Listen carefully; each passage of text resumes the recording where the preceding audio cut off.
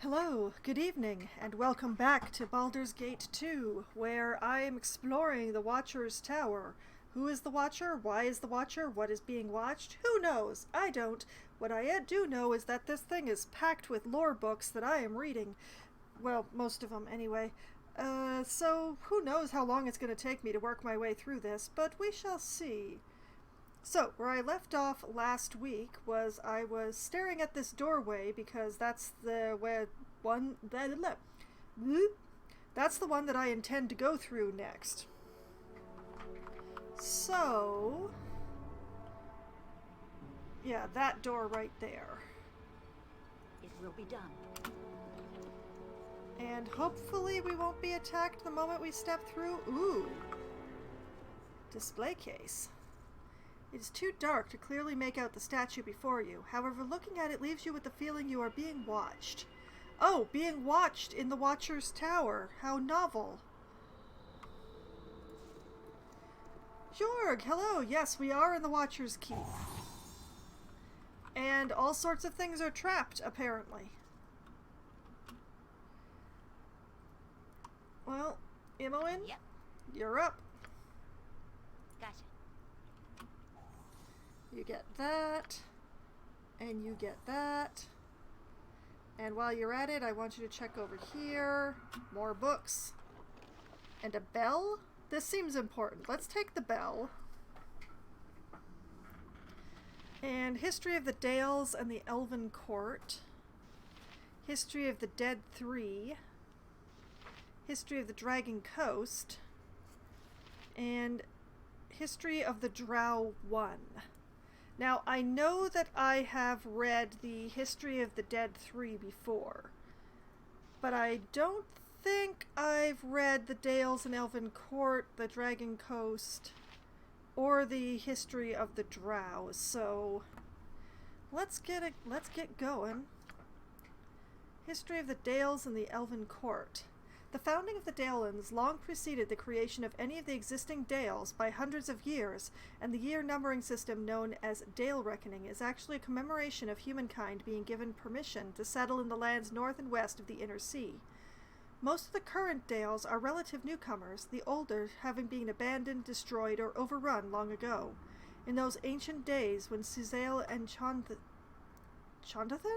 now called Saerloon, were mere coastal trading posts, the elves who ruled this forest entertained a request from settlers from the east, refugees and farmers from far-off Impiltur and Damara.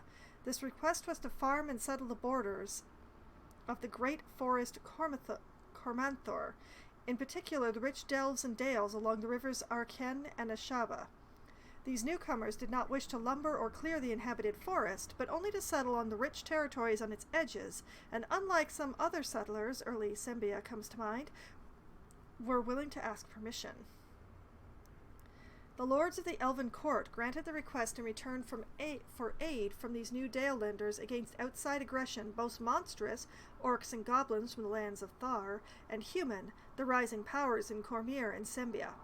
In commemoration of this pact, humans and elves raised the standing stone that is now seen where the Moonsea Ride reaches Ralthvir's Road, the road from Essembra to Hillsfar. It is from the date of the raising of this stone that Dale Reckoning is counted. According to the pact made, the Dalesmen would only settle those regions that were unforested or unclaimed by the elves. As the elven woods receded under the axes of further invaders and settlers, old dales perished and new ones came into being along the borders of the woods.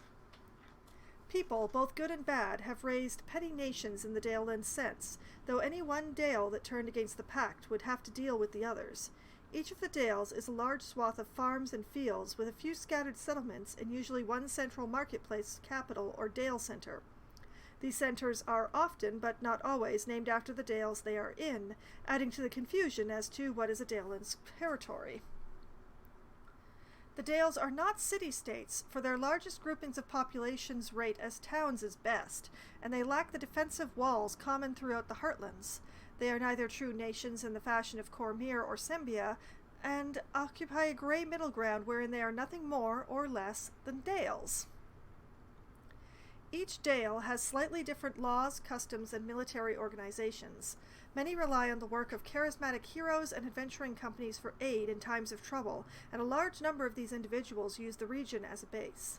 This attraction for adventurers is further increased by the large number of elven and pre-elven ruins in the area and the departure of the elven court for Evermeet, leaving the woods open for exploration and exploitation. The history of the Dales is filled with battles and attacks on its various members. In the year of the Worm, 1356 DR, Scarsdale, under the command of Lashen Amersair, launched a number of swift attacks, conquering a number of the surrounding Dales. A coalition of forces from the others, as well as Sembia, Cormyr, and Zentil Keep, crushed the invaders and occupied Scarsdale. During the time of troubles, 1358 DR/0 PR, Shadowdale was attacked by Zentil Keep. More recently, the Dalelands have committed forces to a unified army under King Azun IV of Cormyr to turn back the Tudian invasion, 1360 DR. Okay. History of the Dragon Coast? Madlib, hello! Oh, there's probably going to be a lot more reading. Yes, Madlib. Also, welcome back to the stream, even though I fear what is about to happen. The history of the Dragon Coast is the history of money, particularly the darker side of the coin. Situated on the main trade routes between the Inner Sea and the Sword Coast, these lands never coalesce. I knew it was coming into a solid, coherent nation like Cormyr or Sembia. Instead, small petty city-states have risen and fallen, powered by greed and the most powerful merchant or pirate faction of the day.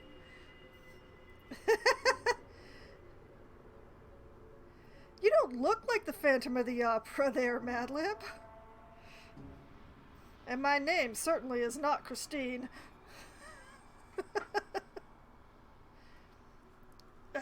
Where is my timer? Where is my timer? There it is.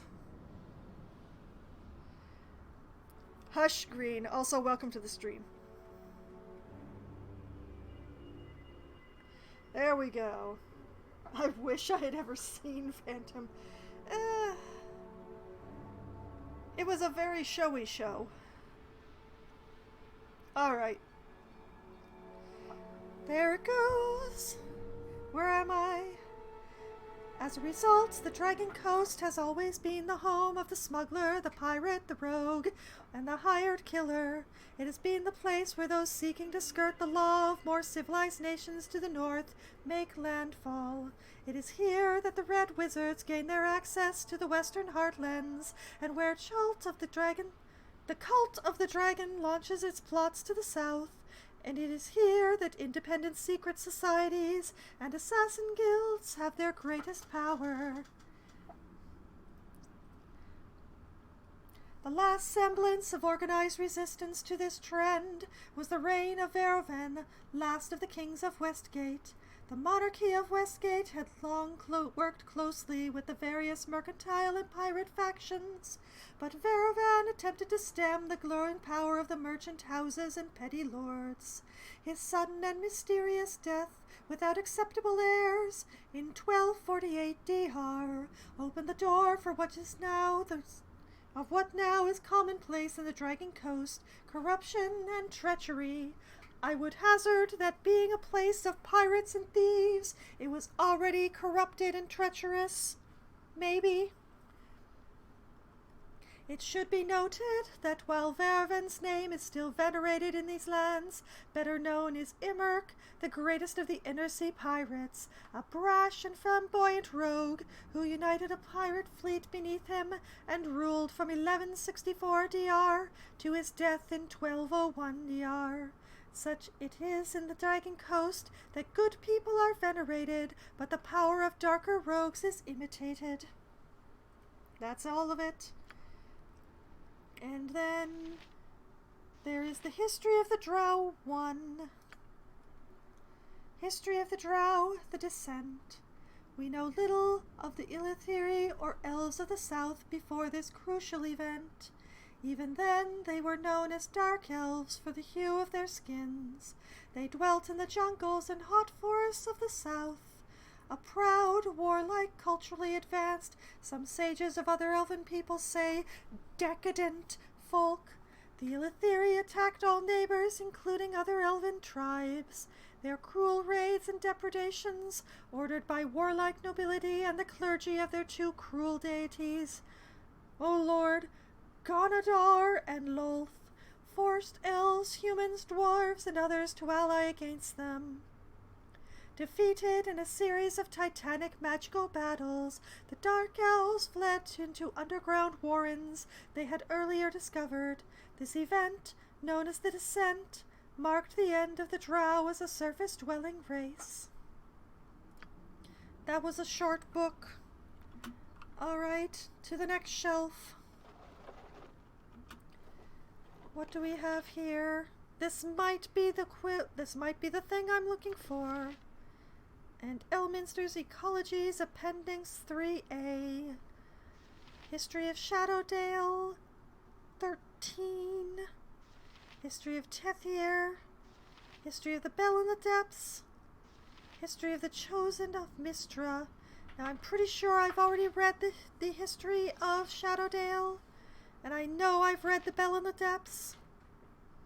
So let's start with Elminster and hope I can pronounce it. This time-worn tome is written by the sage Elminster and apparently part of a much larger body of work containing detailed studies of most of the strange creatures from around Faerun. The appendix seems to refer to newly discovered variations on normal breeds of creatures. Of particular interest, dense puddings. A relative of the slimes and molds, this pudding is relatively normal, except when exposed to electricity or fire. When this occurs, it splits into new puddings and can therefore be very dangerous. Fire trolls, a new form of troll, thought to have been created by sorcerous fire giants for use as servants and guards. They are similar to regular trolls in most respects, except for their lava temperature skin and burning touch. Once they are defeated, they can only be permanently killed by cold or acid. This might be the same as the previous one I found. Fission slime, an offshoot of the slimes and molds. This particular slime will split into new and independent creatures when hit. It is vulnerable to fire, which will kill it permanently. Magic golems. This rare type of golem is formed from pure magical energy and is completely immune to spellcraft as well as enchanted weapons. To my knowledge, only weapons without enchantments have any effects on this creature. Yes, I'm pretty sure this is the same as the other one. I remember being concerned about the whole magical weapon thing because all of my weapons are magical. Every last one. Marilith. While this is apparently a legitimate form of demon, it is one that only exceptional few have encountered and survived. The Marilith is a six-armed demon with a human female front half and the back half of a snake. She is incredibly quick and deadly, and on top of her martial prowess with 6 swords, she casts spells as well. Fighters should beware. In addition to being immune to normal weapons and minor enchantments, this demon also likes to cast protection from magical weapons, which must be dispelled if a fighter is to have any chance with our armaments. Okay, great. Alright, let's see here. History of Tethyr. For the past 1,500 years, Tethyr has had a single strong royal family ruling with absolute power. When a king died or became incapacitated, his oldest son took the throne. As the family trees of those close to power became more entwined and complicated, there were the inevitable wars of succession and bickering over which second cousin was the true heir to the throne. Civil wars were brief, however, and once the fighting was over, the system returned to normal, until the next major dispute in a few hundred years or so. The established recurring cycle was broken 10 years ago. 10 years ago from when? The current ruling family has been in power for over 350 years, so long that they had dropped their own family name centuries ago. No one even remembers it now, and simply called themselves Tethyr, King Alamander the Fourth was comfortably ruling from Castle Tithir, and the country seemed happy enough, but there was a broad current of dissatisfaction among the people of Tithir. Non-humans were forbidden by law to own land, and since most rights and privileges accorded citizens were based on land ownership, they became second-class citizens as well. Things were especially bad for elves who were driven deep. Well, I've lost my place. I shouldn't scroll while reading. Where the heck was I? There we are. Things were especially bad for elves, who were driven deep into the forest of Tithir by royal armies. Alamander the Fourth took land away from rightful owners and gave it to nobles who promised larger contributions to the royal treasury. These social and economic inequalities, coupled with several harsh winters and bad harvests in a row, made the time ripe for a change. It takes more than just a couple of lousy winters to depose a king, however. It takes treachery as well. In the case of the fall of House Tithir, it took an ambitious general and an impatient royal heir. Prince Alamander grew tired of waiting for the robust Alamander the Fourth to make room for him, so he struck a deal with General Nisham Sharbanath, commander of the king's largest army. While Sharbanath marched his army towards Tithir, bringing along a sizable group of angry peasants, recruited with the promise of land reform, the would-be Alamander V downplayed alarming reports from the king's spies and advisors, silencing the most persistent permanently through murder or exile. By the time Sharbanath's army arrived and laid siege to Castle Tithir, it was too late for loyalists to help. This feels similar to the history of the Roman Republic, just a little. Not quite the same, but close enough to feel like it. As Sharbanath launched a direct attack on the castle, using the expendable peasants as shock troops, of course, a handful of elite soldiers let in the secret entrant by the prince would eliminate key guards and open the gates. At the same time, the prince, one of the few people allowed to see the king directly, would murder his father. A fire set by the elite troops would destroy evidence of treachery. The general and the prince would emerge from the conflagration and announce a new joint government. And that's the timer. I made it through a few books.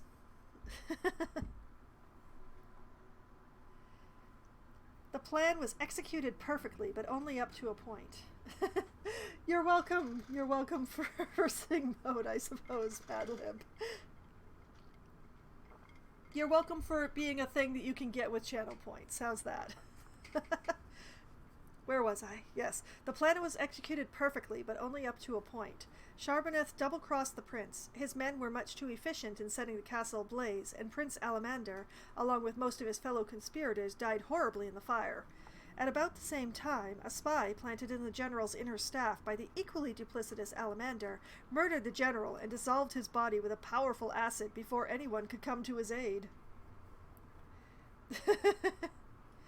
Well, you probably do, Green, given how long you've been watching me and how seldomly you redeem anything, but there is a cooldown period between sing requests, just to give my throat a break.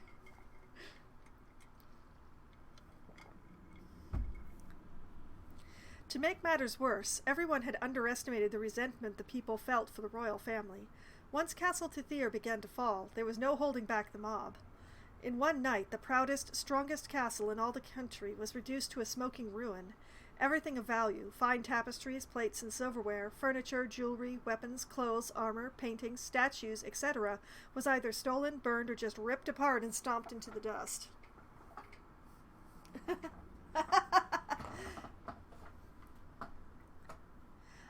I cannot do the entire stream in sing mode, Green. My throat would melt.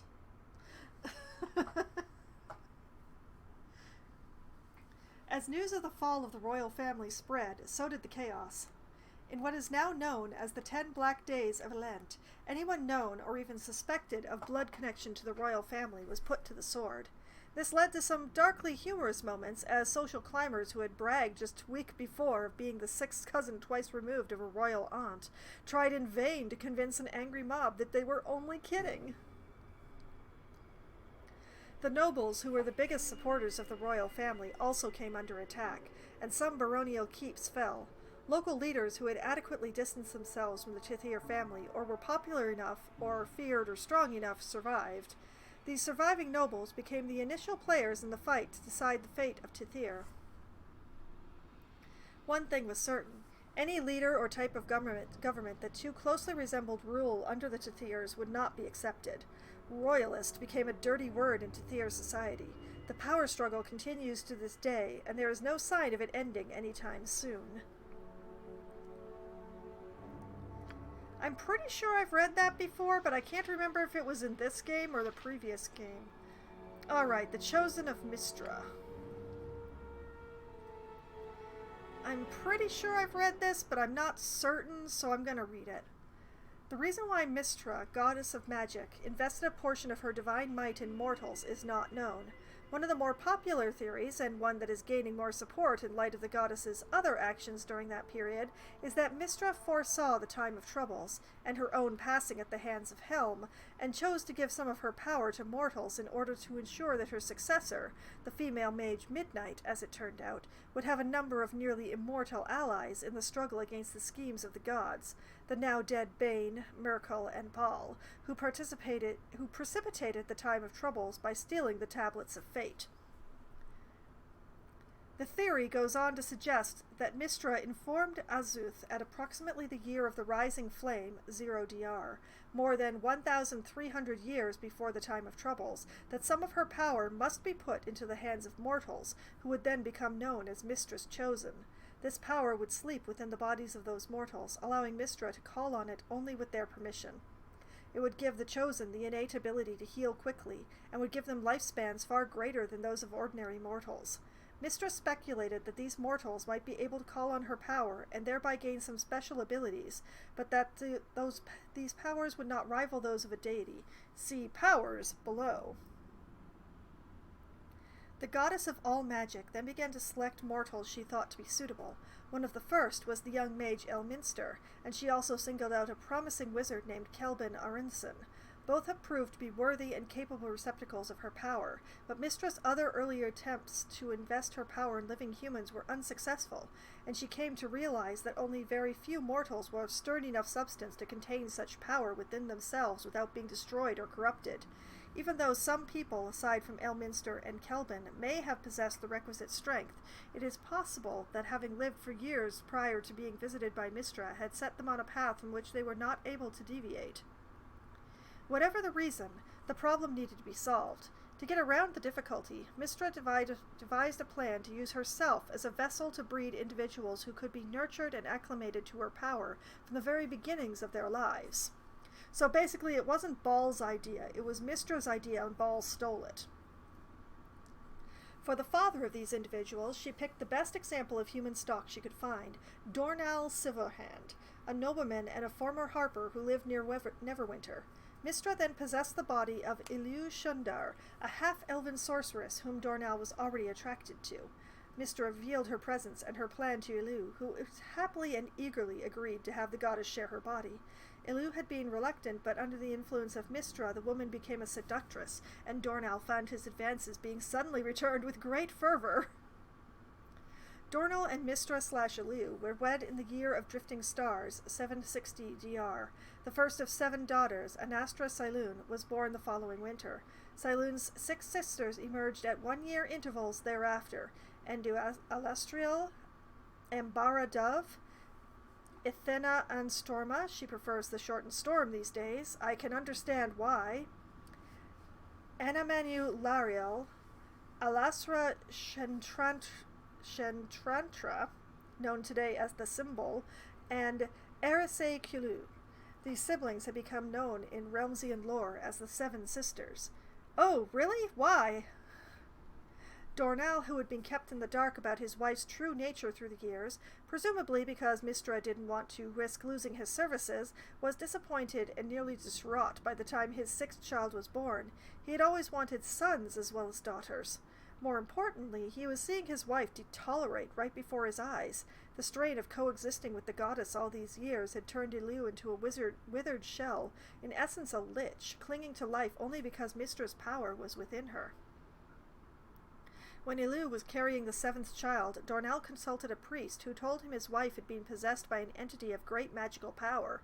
To spare both of them any further agony, he attempted to slay his wife's physical form by severing her head from her body.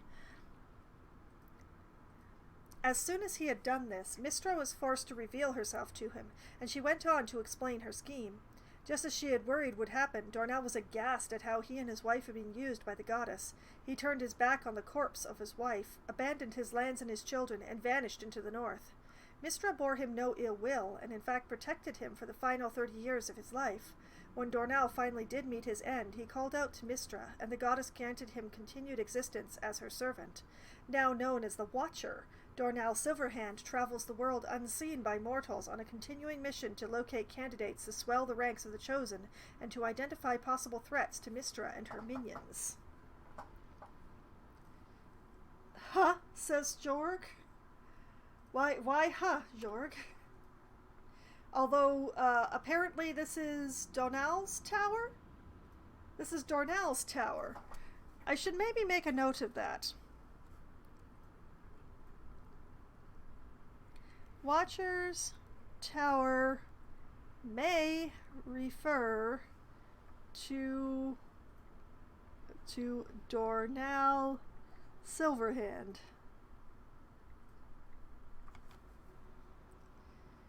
Priest killed his wife. Well, the priest didn't kill his wife exactly. Dornell killed his wife after having been told that she was being possessed by the priest. So it was definitely the priest's fault, but not the priest's action.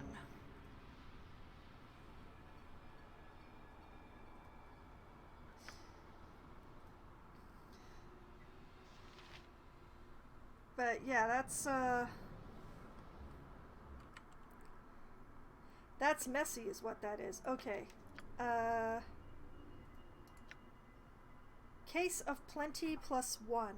The history of this magical case has been long forgotten, though it likely had something to do with the inexplicable but well-documented shortage of competent Fletchers during the time of troubles. Equipped abilities. Unlimited +1 bolts. Oh no. Oh no. This is for crossbow. I don't have anybody using a crossbow. This is horrible. Didn't know why Watcher's Keep was called Watcher's Keep until now. Well, it's a theory. You know, we have the Watcher who is attached to a god, and then we have Watcher's Keep here. It makes sense in its own way. See, this is why you read lore books, folks. You just tear through things and just be like, oh, it's just books, and never actually read them, you might miss something very interesting. Locked. Okay, we will unlock it.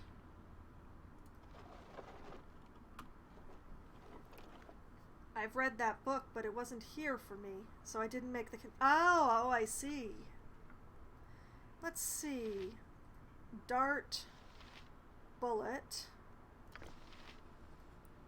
Potion of Superior Healing, True Sight, History of the Imprisoned One, and Chainmail. And a full inventory. Well, History of the Imprisoned One seems important for what we're up to here. This particular work is obviously much newer than any of the other volumes contained within the temple library. History of the Imprisoned One. He also serves who stands and waits and watches carefully. Such is the lesson of the Great Guard, Helm of the Unsleeping Eyes. That the events of this forgotten temple serve as an example to all who would follow the Vigilant One. Beneath this hallowed earth, the avatar of the Watcher confronted a great evil, a prince of the underplanes. Through steadfast perseverance, Helm, guardian of the gods, fulfilled his sacred duty and bound the creature in the bowels of the temple that it might walk the world no more. Speak not the beast's name, ye knights of the vigil, but guard this place. Protect the wards which seal the imprisoned one within, and remain ever watchful. Never betray your trust. Such is the will of Helm. Well, a prince of the underplanes, they say. My. Well, let's take a moment here. Send these over this way. Send this to you to hold. Bullet +3, as I suspected. Add them to the pile.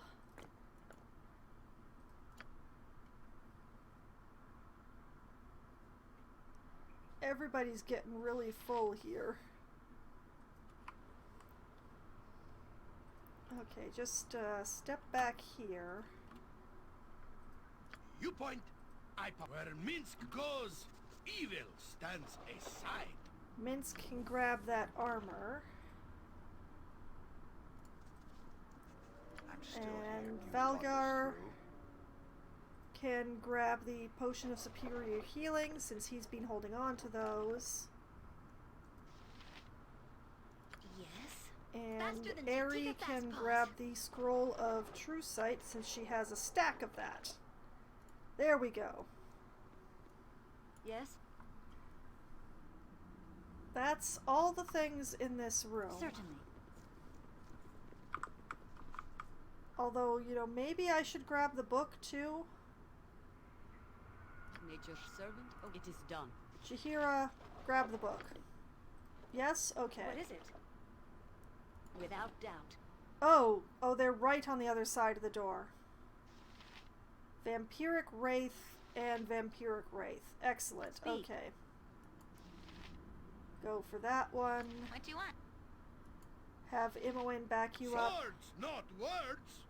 Minsk, you go for that I one. await your And move. have Jahira help you. Something you need? You go for this one. And help however Aerie I back can. up over here. Alright, everybody got their thing?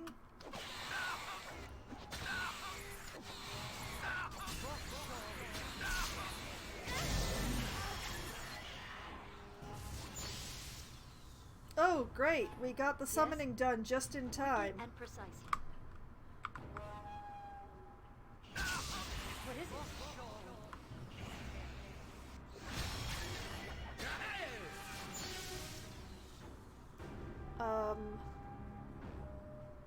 Without hesitation.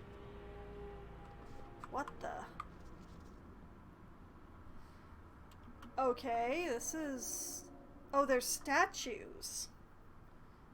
I don't like it. I don't like it. This... something's weird here.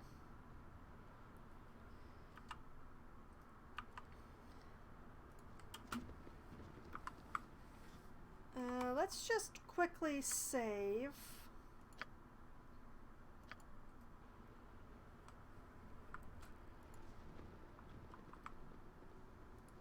Yeah, I have a feeling that this is where the... Whoa.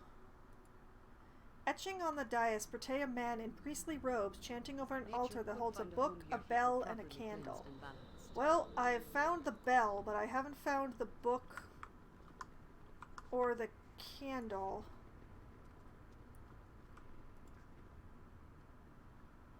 Oh, what do we have here? Poison mist. Great! I'll hurt you if I have to. You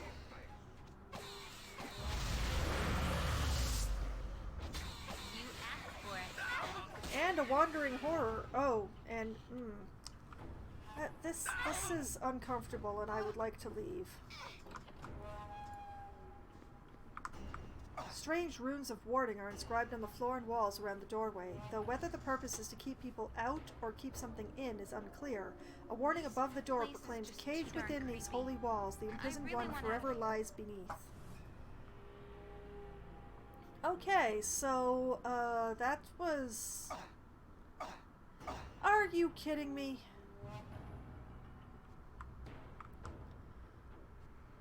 Valagar, I just... Okay, there is definitely more stuff over that way. Okay, that's the exit to the lower reaches and the altar. Obviously, we can't go to the lower reaches until we bell, book, and candle the altar.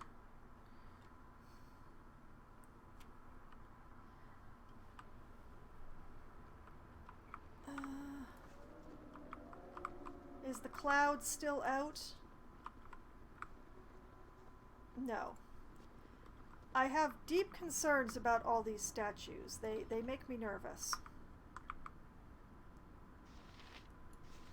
Where do these things keep coming from? I won't let my friends be hurt.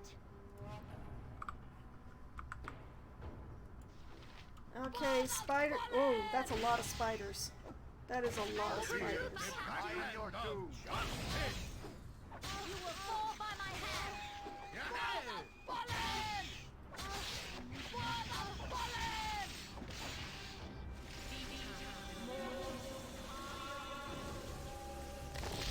How the heck did Imoen get so hurt?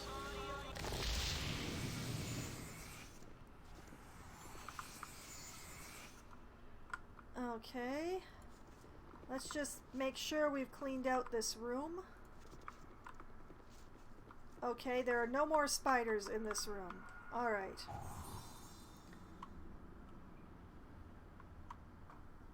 Name it. Imoen, take care of that trap on the floor, would you? Yes, thank you.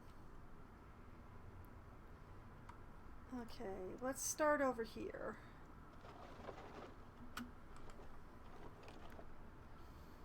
Let's see. History of the Olgarth. History of Am. History of Waterdeep 1. History of Waterdeep 2. History of Halrua.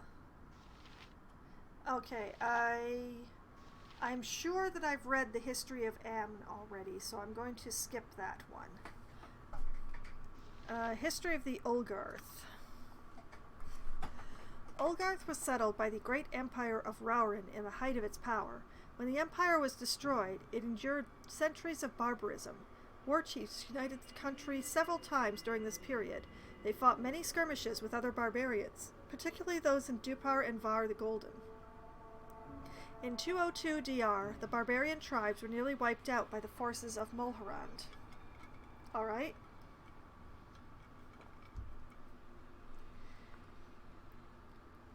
In 348 DR, a group of outlaws fleeing the justice of the priest-kings of Mulhorand came to Olgarth. There, they found a fertile, almost unoccupied land. They settled down and began raising children and crops. This new society in Olgarth gradually grew in power, while its neighbors grew apace. But while Durpar grew as a result of its commerce and its philosophy of balance, Olgarth concentrated on agrarian pursuits. The Olgarthans developed a highly structured caste system of lords and peasants. In 1002 DR, the centuries-long skirmishes between Durpar and Olgarth came to an end, as the two countries finally reached a balance of power. There were too many centuries of warfare between the countries for them to completely trust each other. With their mutual border well defended on both sides, both countries have given up on the idea of conquering the other. Trade between the Olgarth and the Shining Lands has become a vital factor to both nations. Olgarth produces many of the items that Durparians trade throughout the world. In return, Durpar trades many exotic items to Olgarth. Of course, the Durparian merchants usually get the better of any trade. The current king, Drasana the Fortunate, has continued his predecessor's policy of non-aggression with the Durparians. Okay. Skipping Am, Waterdeep 1. Waterdeep was used as a trading site for trade activities between northern tribesmen and southern merchants more than 2 millennia ago. By 1,000 years ago, permanent farms had sprung up in the area. The first mention of a water deep, not a city but as a collection of warlords, occurs only 400 years ago. The city was truly established as a going concern by 1032 DR, the year Hagarian became the first lord of Waterdeep, and the date from which North reckoning is counted. The city grew spectacularly, that by 1248 DR, both the City of the Dead and the guilds had been developed. The guildmasters seized control soon afterwards, ushering in a period of unrest and bitter conflict known as the Guild Wars. The Guild Wars ended only when the two surviving guildmasters brought in their own period of misrule. It was only in 1273 DR that the present system of government, or lack thereof, was instituted. This was the year the Magisters were established and the secret lords of Waterdeep were firmly re-established. Since that time, the city has continued to grow and prosper. Humankind and other races come from all over the realms to earn hard coin in the City of Splendors. Over the years, these successful merchants have set up guilds and themselves become nobility, supporting the secretive lords of Waterdeep, who police the city fairly, yet with a light hand, by means of the superb city guard, soldiers, city watch, police, and over 20 black-robed magistrates. As a result, Waterdeep is a place tolerant of different races, religions, and lifestyles. This in turn has encouraged commerce, and Waterdeep has grown into a huge, eclectic city. Alright, Waterdeep 2. Age 0, Tabamoots and Pioneers. Few now know the true history of this great city, which had its beginnings over 1,000 years ago when the North was truly what Southerners still sneeringly call it, the Savage North. In those days, most of the North was covered with vast, tall forests of ancient green, and inhabited by dwarves and goblin-kind in the most northern mountains and foothills, and elves in widely scattered forest enclaves everywhere else. A few primitive human tribes lived along the Sword Coast, fishing, hunting, and gathering in spring and fall to trade their furs with vessels sailing in from the south for merchants' jewelry, metal tools, and the occasionally available weapon or two. In the spring, these vessels came primarily to cut and take huge trees for shipbuilding, trees being no longer available in such large sizes further south. In the fall, the vessels came in to cut timber for their own repairs, or to take on a cargo of wood if the misfortunes of trading had left their holds low or empty. Most of these trade moots were at a certain place where there was a great natural deep-water harbor, protected from the sea by a rocky spur of land, an arm of an isolated coastal crag, or a rocky island beyond it. Okay, and then we have the history of Halrua. Halrua was settled centuries ago by wizards fleeing the Faerûn in what was to become the Anauroch Desert. The first wizards came in unique flying ships invented by the Netherese and found a beautiful and rich country settled only by shepherds and large herds of aurochs and wild roth. It was here that the wizards decided to make a stand should the Faerûn follow. The Faerûn never did, but Halrua has had to defend itself from attacks from all of its neighbors since then. Over the centuries, Dambrath has attacked and raided Halrua's ports and borders multiple times. Once, led by a magic-resistant barbarian, the Dambrai occupied all of the country south of Lake Halrua. They were defeated in battle by the great archmage Mycontil, who slew their barbarian leader. 40,000 Dambrai attacked and were stopped by 500 Halruans. More than 200 Halruan wizards, including Mycontil, died in the battle. Okay. The last attack upon Halrua was less than 100 years... I'm pretty sure I've read this because Mycontil is like a name that I have mocked before. I feel it. But yeah, the last attack upon Halrua was less than 100 years ago through the Teleth Pass by the power-hungry king of Lapila. He had allied with bandits from the Wastes, though this time the Halruans were able to field a larger force, including fighting men as well as wizards in their skyships. The attackers were easily routed. Halrua has also suffered through a civil war about 5 centuries ago, when a number of mages advocated beginning new experiments in magic, ones which even the Netherese didn't approve of. The renegades were driven from the region, but went on to found the land of Thay, or so it is said in Halrua. Since then, Halrua has been at peace. It has had no declared wars, though it still suffers raids from Dambrai pirates, bandits of the Wastes, savages from the Mare jungles, and any other pirate, raider, or hungry wizard who thinks that magic and wealth grow on trees in Halrua. This constant raiding has made the Hauruns very defensive, warlike, and traditional. The people say that since wizards have always led them, wizards always will. Okay. Alright. I'll accept that. Alright, and then this one. What have we here? A wardstone. Interesting. I'll just snag that. History of the Unicorn Run. History of the Valley of the Gods. History of the Vast. History of the Western Heartland. I'm pretty sure I haven't read any of these. History of the Unicorn Run. Bards and sages pass down the tale that the headwaters of the Unicorn Run are in truth the font of life and a cradle of fecundity. Each natural race is said to have emerged from the womb of Chantia onto Toril at the river's source, and then traveled down the Unicorn Run to the outside world. Some say that a daughter of Chantia resides at the river's source to usher the newborns into the world, while others claim that Shiala midwives the process. I think I have read this one, but I think it was in Baldur's Gate 1, not this game. Regardless of the truth, the elves, Korrids, and halflings all agree that the Unicorn Run is sacred to life and a site of incredible purity. As a result, all three races have strong taboos about extended trips up the run, for if the river is ever fouled, then no new races will ever be born on Toril again. Okay. History of the Valley of the Gods. It is said that even the powers must cavort and amuse themselves once in a great while. Far to the north of the spine of the world is the Valley of the Gods. A paradise unequaled on this world or in the plains, this playground of the gods is not meant for mortals. Any mortal who reaches the valley becomes a deity, for only deities may exist in the valley. Far too many mortals with delusions of grandeur have thrown away the pleasures of this side of the spine and their kingdoms in this world, only to break their backs searching for the legendary Valley of the Gods. Well, that was a short one at least. Alright, history of the Vast. 2 millennia ago, the Vast was Vastar, the Orcish lands. These were the breeding grounds of the goblin hordes that would spill eastward and cross the Dragon Reach in ramshackle boats to raid the elves.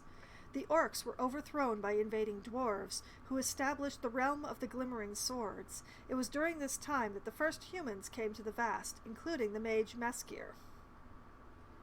That name sounds familiar.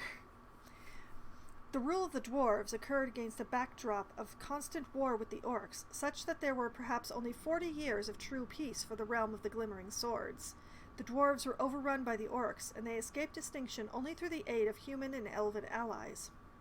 The remaining dwarves left the region to the newly arriving humans and retreated to the east, to the south, and to the isolated and hidden communities within the Vast. The most successful of the humans were the adventurers whose hunger was sated by gold and whose thirst was slaked by great deeds. This was the time of the glorious fools, and there are those who will argue that it is still that age, as adventurers still rule the city of Calunt and Raven's Bluff. The orcs today are contained, if not conquered, and trade has grown up in the lands of the Vast. However, for many individuals with adventuring blood, it is still a wilderness in which one may prove one's worth. Okay. History of the Western Heartlands. The history of the Western Heartlands is a history of endless battles and destroyed empires. In ancient times, these were the lands of the fallen kingdom of Ilifarn, the lost kingdom of man, and rumored Netheril.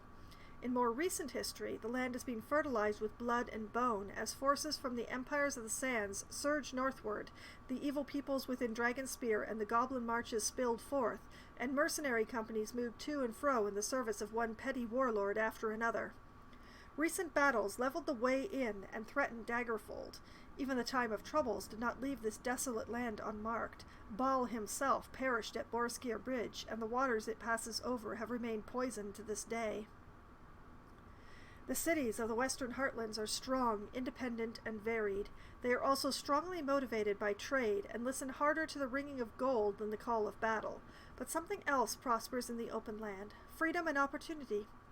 No nation lays claim on the western heartlands to land beyond that which their armies can control, and no warlord can make demands beyond the swing of his axe. Small holds and castles regularly spring up, only to be knocked down by invading forces or abandoned after a generation or two.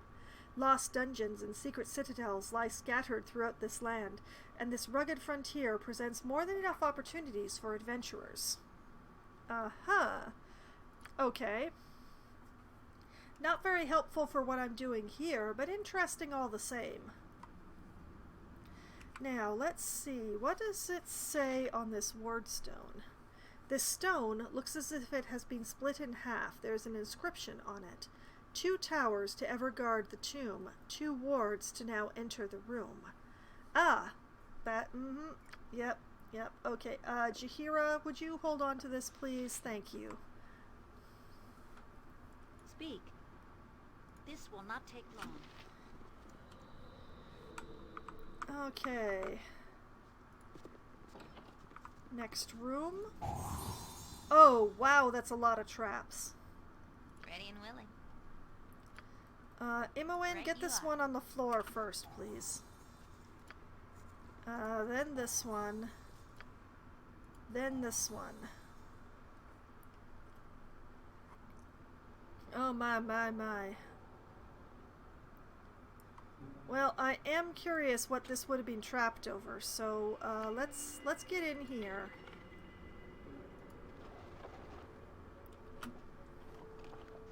This looks promising. And a handwritten note. Alright, what does the note say? I'll look at the books after I look at the note.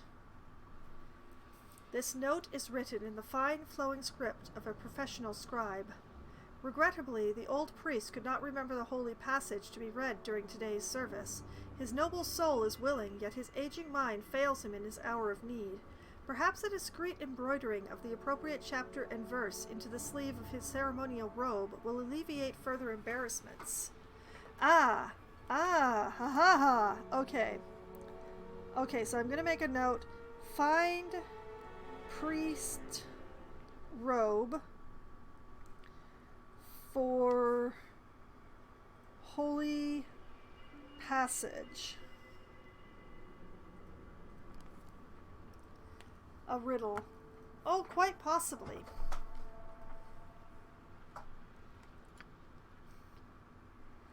Alright, let's see here. History of the North 5. History of the North 6. History of the North 7. History of the North 8. Does that mean that this bookcase will have the other histories of the North? That seems likely, doesn't it?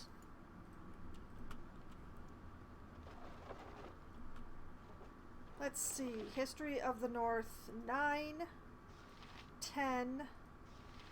History of the Red Ravens. History of the Sisters of Light and... Where are the other histories of the North, game?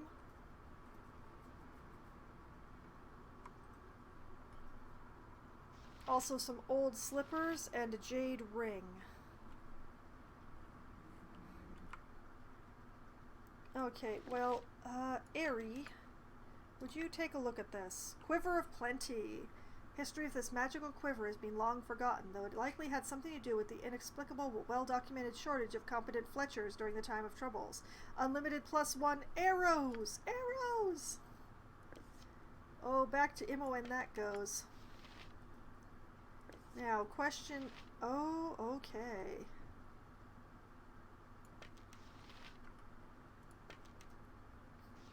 So, I don't need to carry +1 arrows anymore, is that what you're telling me? They can all go onto the floor.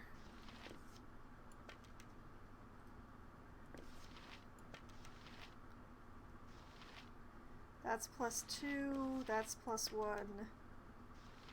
That's +1. Holy bag space. Look at it! I actually have slots in the bag now. Okay, was I having Valgar carry any +1s for her? Nope, just +2s. Okay. Yeah, ha ha ha ha ha. I mean, I've still got the specialty arrows. and the +2s, just in case I want them, but unlimited +1 arrows.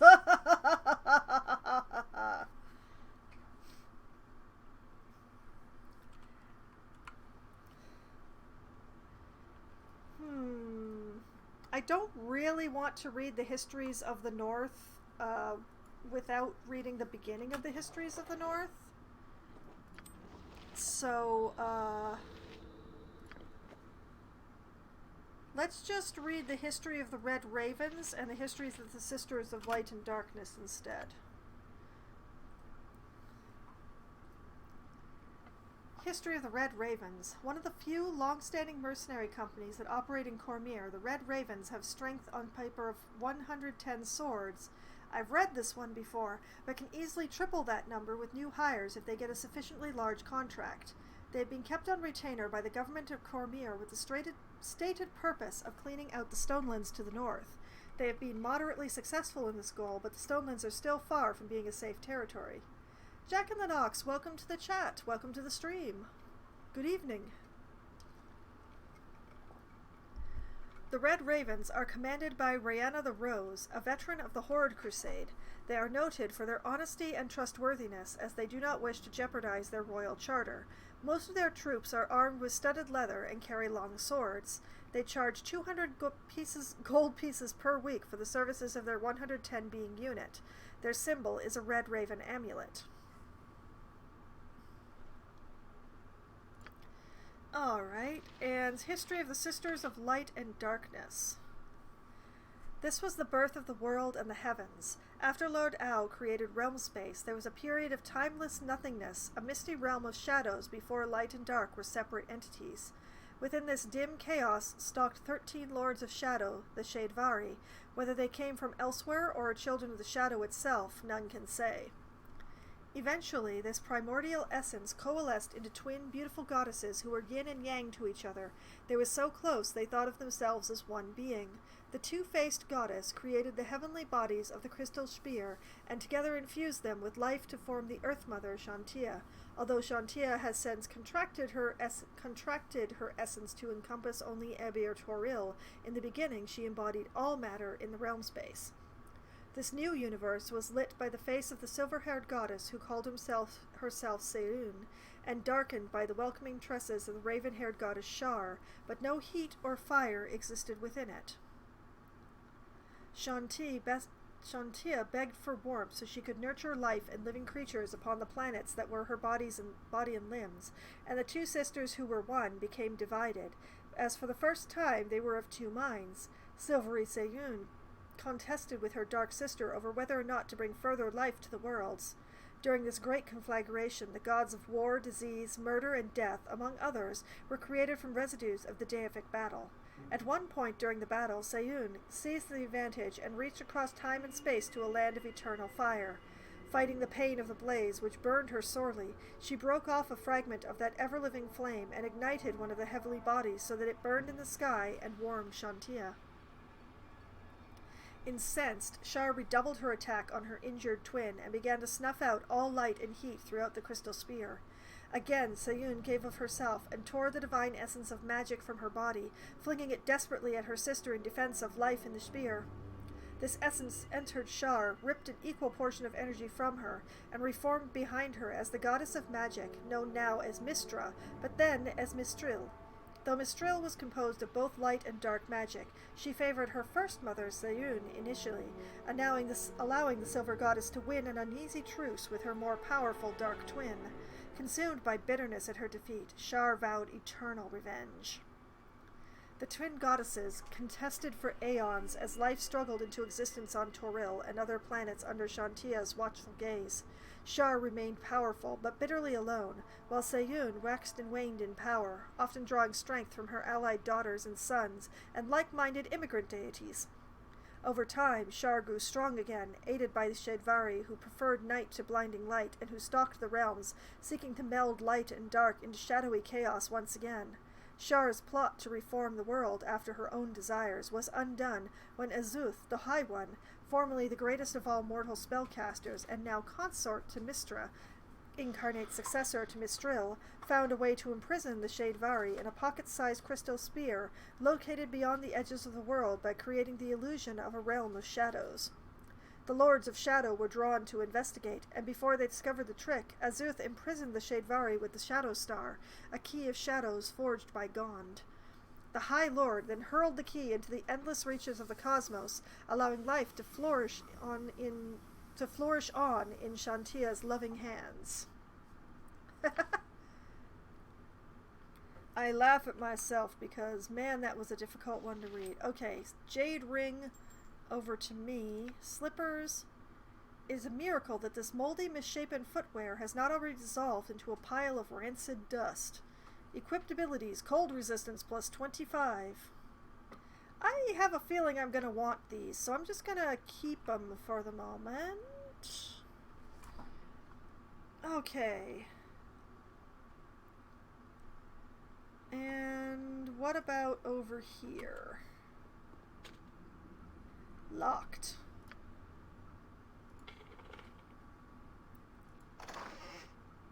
What do we have here? Important piece of world building, pun not intended. Oh, but why not? Why not, Shorg? Why not intended?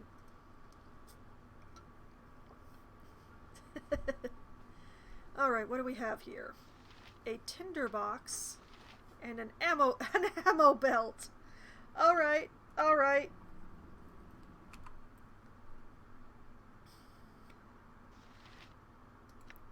This shoulder belt is ideally suited for holding sling bullets, darts, arrows, or bolts. Alright, at last. You want to talk about bag space, folks. Let's talk about bag space. Not just bag space on one character, but bag space on 2 characters. Because I've had Valgar carrying all the extra arrows.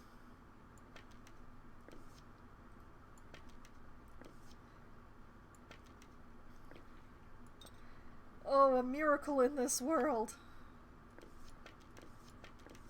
Into the ammo belt y'all go. Oh, it's beautiful. Oh, look at it. It's glorious. My first ammo belt in this game. Oh, it's all in there. It's all in there so much.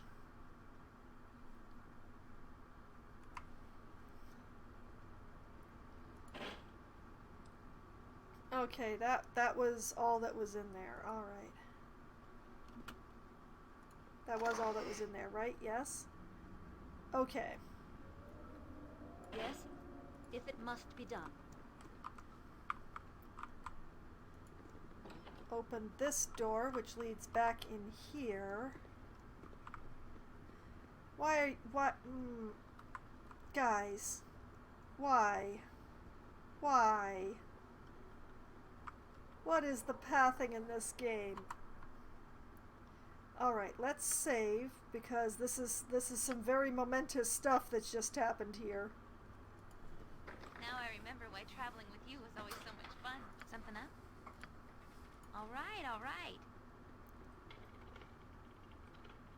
This magical lock will only open for a specific key. No amount of tinkering will help. Huh. What is it? Well, that's a problem. I definitely have not found that key. It will be done. I found the bell. I definitely don't have the book or the candle. Is there another door hiding around here?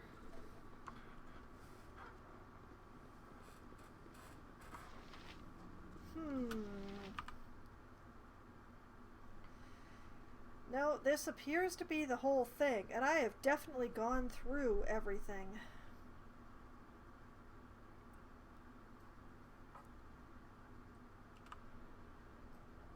Bell, book, and candle. I definitely have the bell. I might have the book, but I doubt it. Definitely don't have the candle. Wait, I have not been into this room. Wait, there is someplace I haven't been. As you can tell by all the slimes that are in here. Oh my. Oh, they're mustards. Okay, they're mustards. Speak. It's okay. Go for that one. Minsk and Bull stand ready. Go for that one. You go for that I one. can hear you well enough. You go for that one. Time to move? You shoot at the furthest one, I guess. What can I do? Whatever you want, dear. Fall, creature, and feed the earth!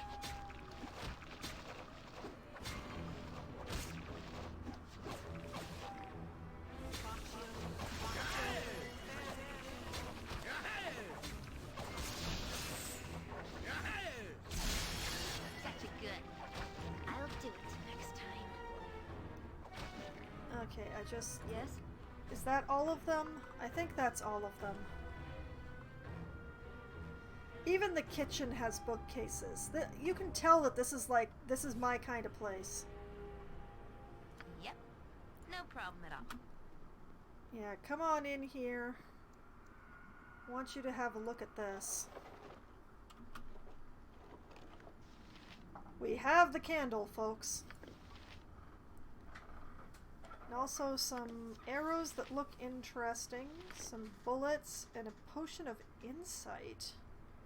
Sure, why not? I have the space now. What are these?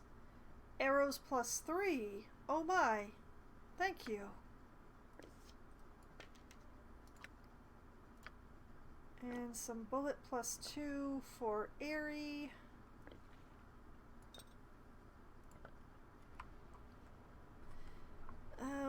We are still missing the book, but now we have the bell and the candle.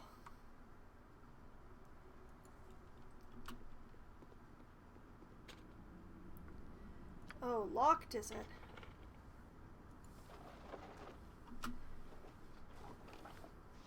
Okay, take that. History of the Drow 2. History of the Fateful Coin. History of the Last March of the Giants. History of the Moon Sea. I'm pretty sure I've read the Fateful Coin and the Moon Sea before. So, History of the Drow 2. The Dark Wars. The warlike Drow nature did not change when they escaped their surface foes during the descent. In fact, they immediately launched a series of wars to establish territories in the Underdark. They began by stealing and seizing dwarven magical items and using them against the dwarves, establishing an enmity that is still strong today. The Drow then fought among themselves, noble against noble, priest against priestess, for rule of their new realm. This all-out war ended amidst great magical explosions that brought down the roof of the largest dwarven cavern they had seized, Great Berindin. The ceiling collapsed entirely, burying many drow and the shattered dwarven cities. The cavern, now open to the sky, became known as the Great Rift. The surviving drow nobles gathered what people, slaves, and equipment they could seize and fled into the Underdark in search of places to dwell. The scattering brought about many rival, self-interested cities where most drow live today. Okay. Fateful Coin. There we go. Last March of the Giants.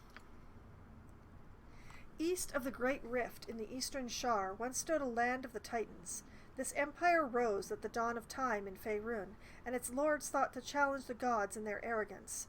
In punishment, the powers cursed the reigning monarch of the land with fascination and his brethren with devotion. The powers then dropped a star onto the land. I've read this. The impact of the fallen star created a huge valley known as the Sea of Fallen Stars. Slowly picking up speed, the ball rolled through the Titan nation and onward to the south. Unable to contain his curiosity, the Titan King ran off after the bouncing spear, and his devoted followers dutifully followed his tracks. The meteorite rolled on and on until it reached the Great Sea and vanished into the depths.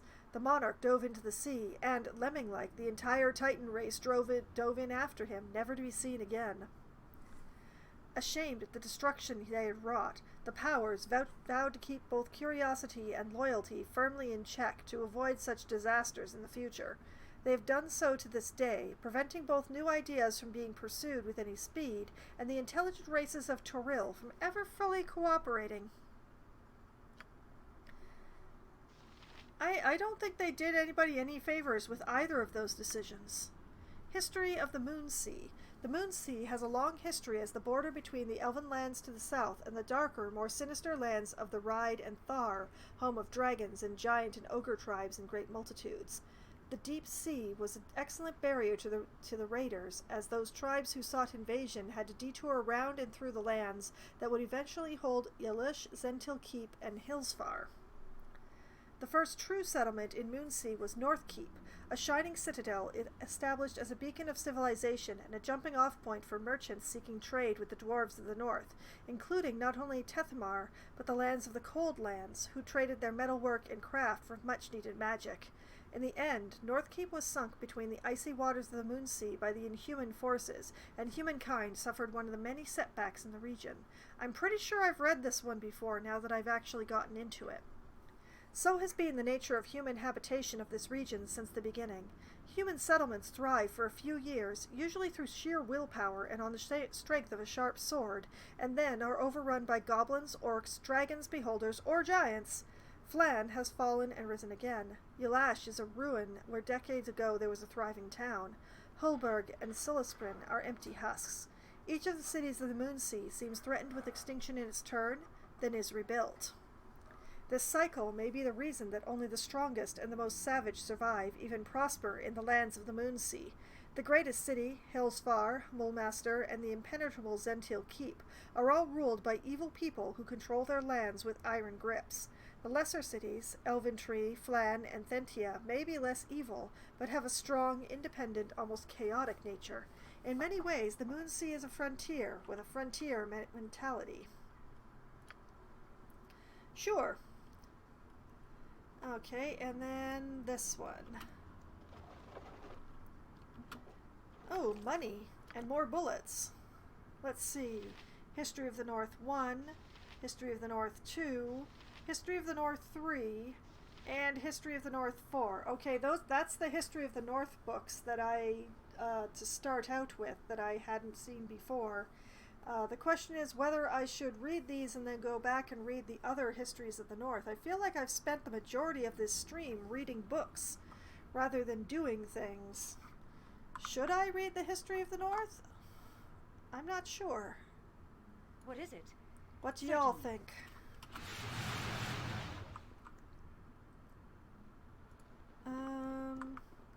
The main problem here is that, I definitely... I read some of those before. Yeah, okay. I'll leave them be then and try to figure out if I were the book that goes along with the bell and the candle, where would I be? As here is the bell, and Imoen has the candle and the tinderbox, but the book is a little...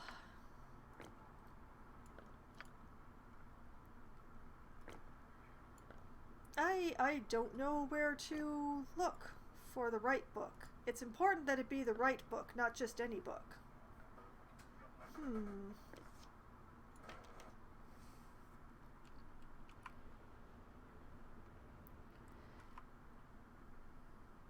Okay, so we have the bell. We have the History of the Imprisoned One, which might be the right book. Definitely not the Book of Infinite Spells. I don't think the Wardstone is the right one either.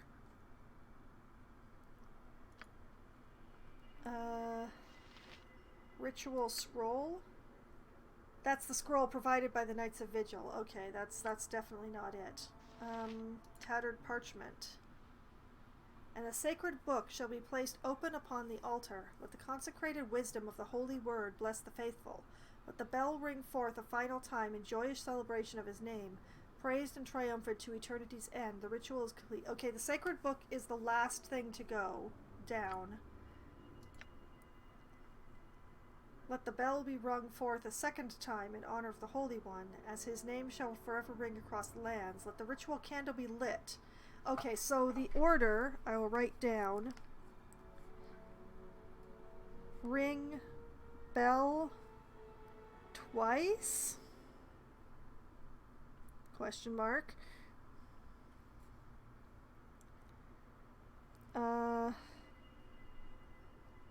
Light candle. Put down open holy book. Okay.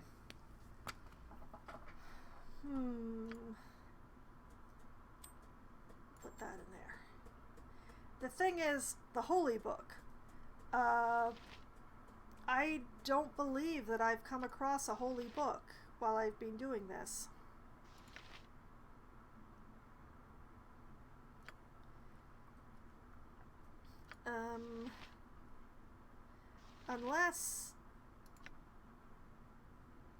Unless this is it?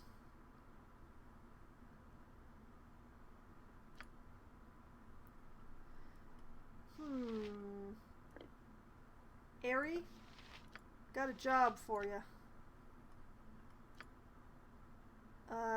Use a spell. Golem Manual. This amazing tome contains theoretical musings on the construction and control of golems. It also explains how to use the manual to temporarily conjure a servant of assembled flesh, which will obey the creator without question. One must have a minimum intelligence of 16 to understand the contents. Charge ability. Summon flesh golem once per day. Whee! Definitely not the book I was looking for. But fun. Or something.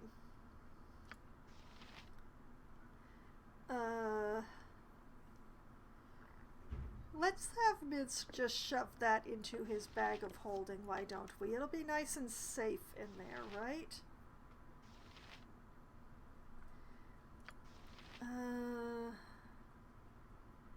This is definitely not the holy book.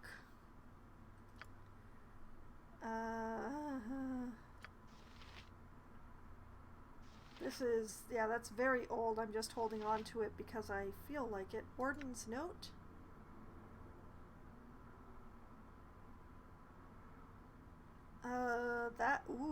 That's left over from the prison. Good lord, why am I carrying that around? That's the scroll case. It's definitely not a book. Huh.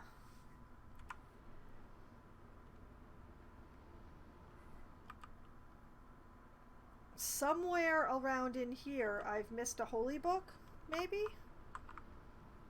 Or maybe I need to find the cleric's robes because they've got the holy scripture on them?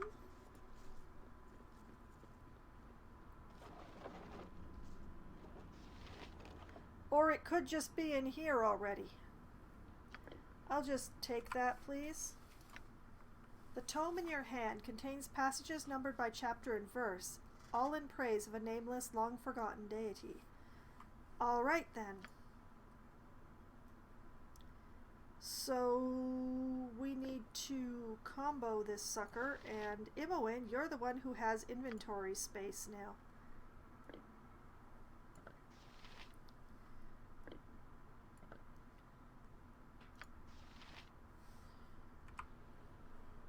Oh.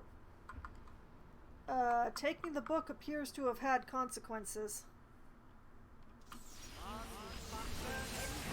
Yeah, that's a bunch of consequences, all right.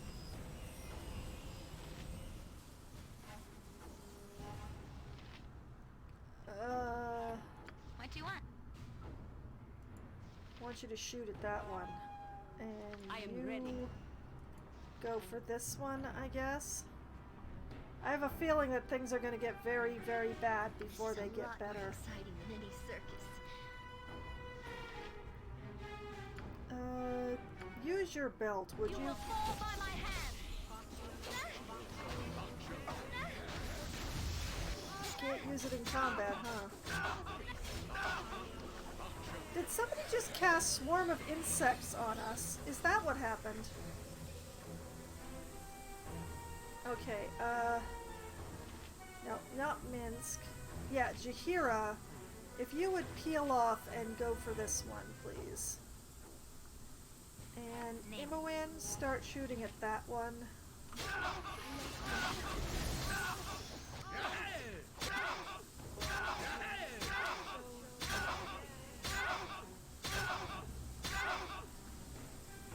eventually the insects will wear off, right? Yes? Every hamster has his day. What is it? Direct me as you will.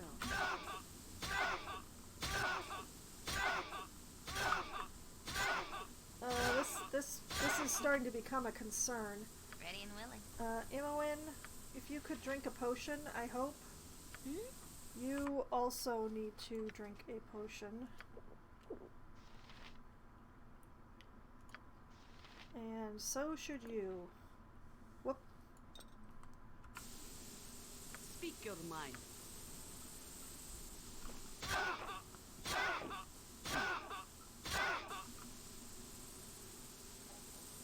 Is there anything that can cease these pestilent insects?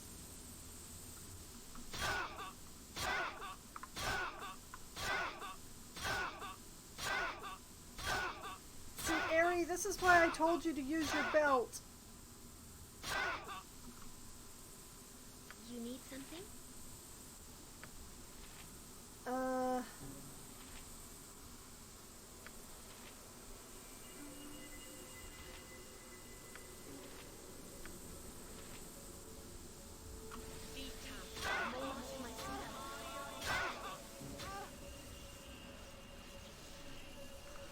Okay, that was horrible.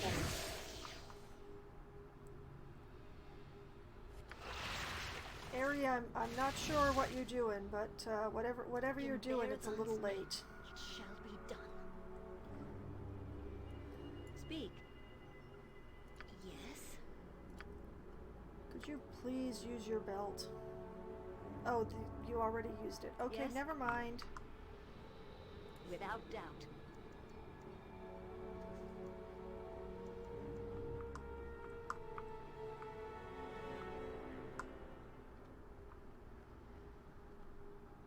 Okay, we're just gonna be for a little bit while people recover hit points, and I try to figure out what exactly why.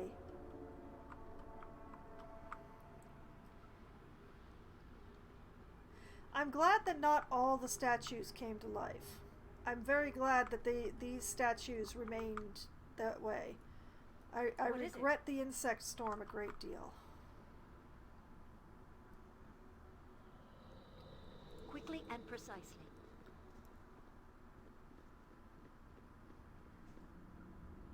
Okay, what I'm gonna do is I'm just going to flip the party around so that we're facing this way. Something up? Then I'm You can gonna count try on me. and figure out how to have Imoen do this ritual. This bell was rusted and tarnished, though it still makes a sound when rung. Well, that's great, but how do I ring it? Is it equipable? Nope, it is not. Okay.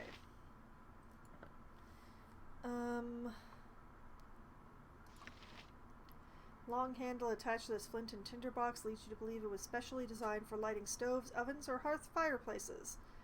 Very good. Candle smells strongly of sandalwood. It'll do. Alright, what if I put the Okay.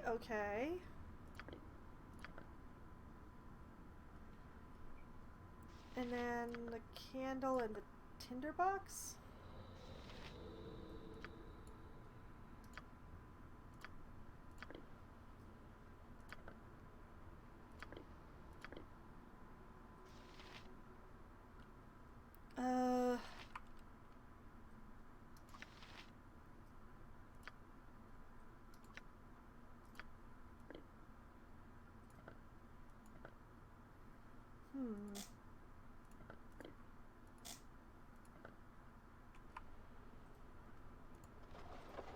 Well, let's just put the candle there then.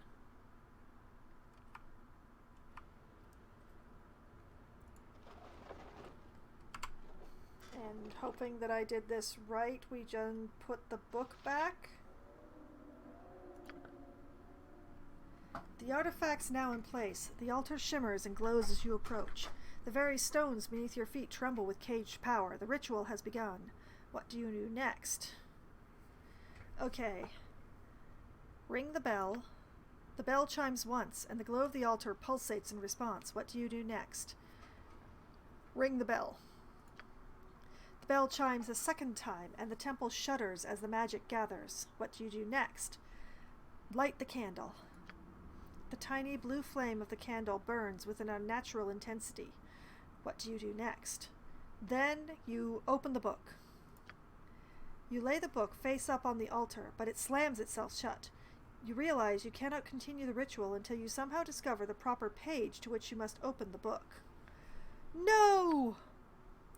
You replace the ritual items in your pack and leave the altar for the time being. When you return, you will have to perform the ritual from the beginning again. I can hold no more. That item has been dropped. Why did you give it to Foxwine? Why did you give it to me? Imoen is the one who carries the stuff. Imoen, take this and that and what the heck?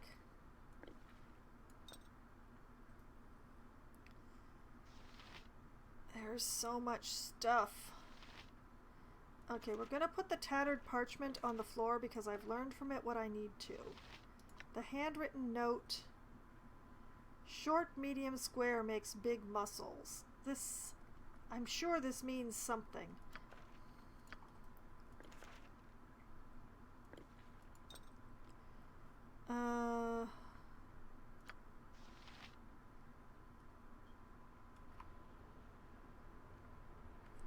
Where did the bell go? Time to move? This way then?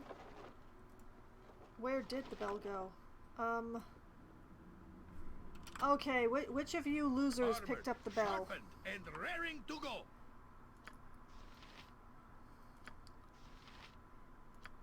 Why is the bell missing? No!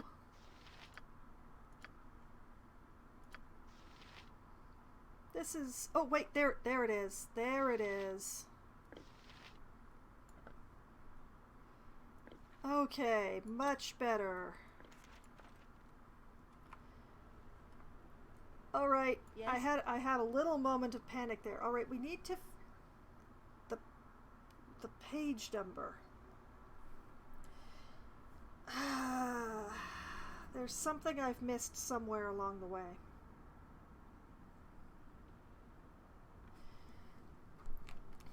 I feel like it has something to do with that handwritten note. Because the whole, perhaps we should have embroidered the passage on the cleric's robes doesn't seem to be a...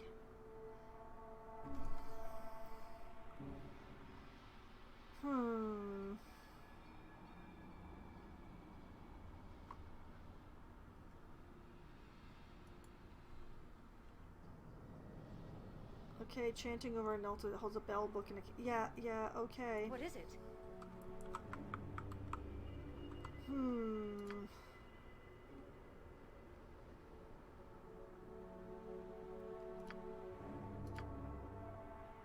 And the sacred book shall be placed upon the altar.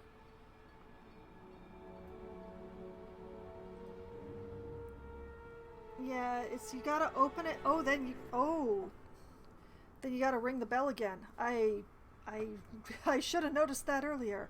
Okay, put the book down. Put down open holy book. And ring bell.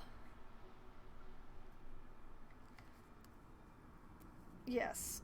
But first we gotta figure out exactly what page the holy book should be open on. Yep.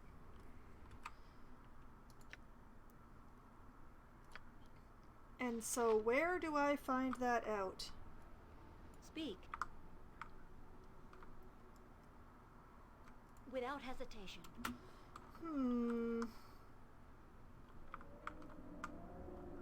There's gotta be something, some indicator.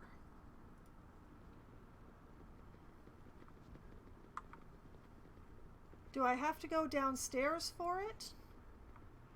Can I even go downstairs? Alright, let's try downstairs. If this even works. In the center of the room is a large mirror, the magical gate to the lower levels of the dungeon. The portal appears inactive. Yeah.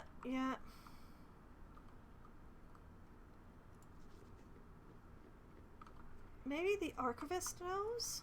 Can we get anything out of him besides it's cold, so cold? Also, I feel like there's... How do I get over here? Wait, there's a whole nother door. There's a whole nother door I haven't been through. Hold on.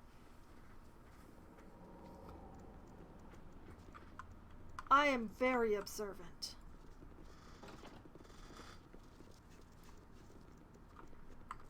Unlike the other rooms, there appear to be no monsters in here. The runes inscribed on the floor and walls just inside the door to this room are similar to those at the main entrance to the temple.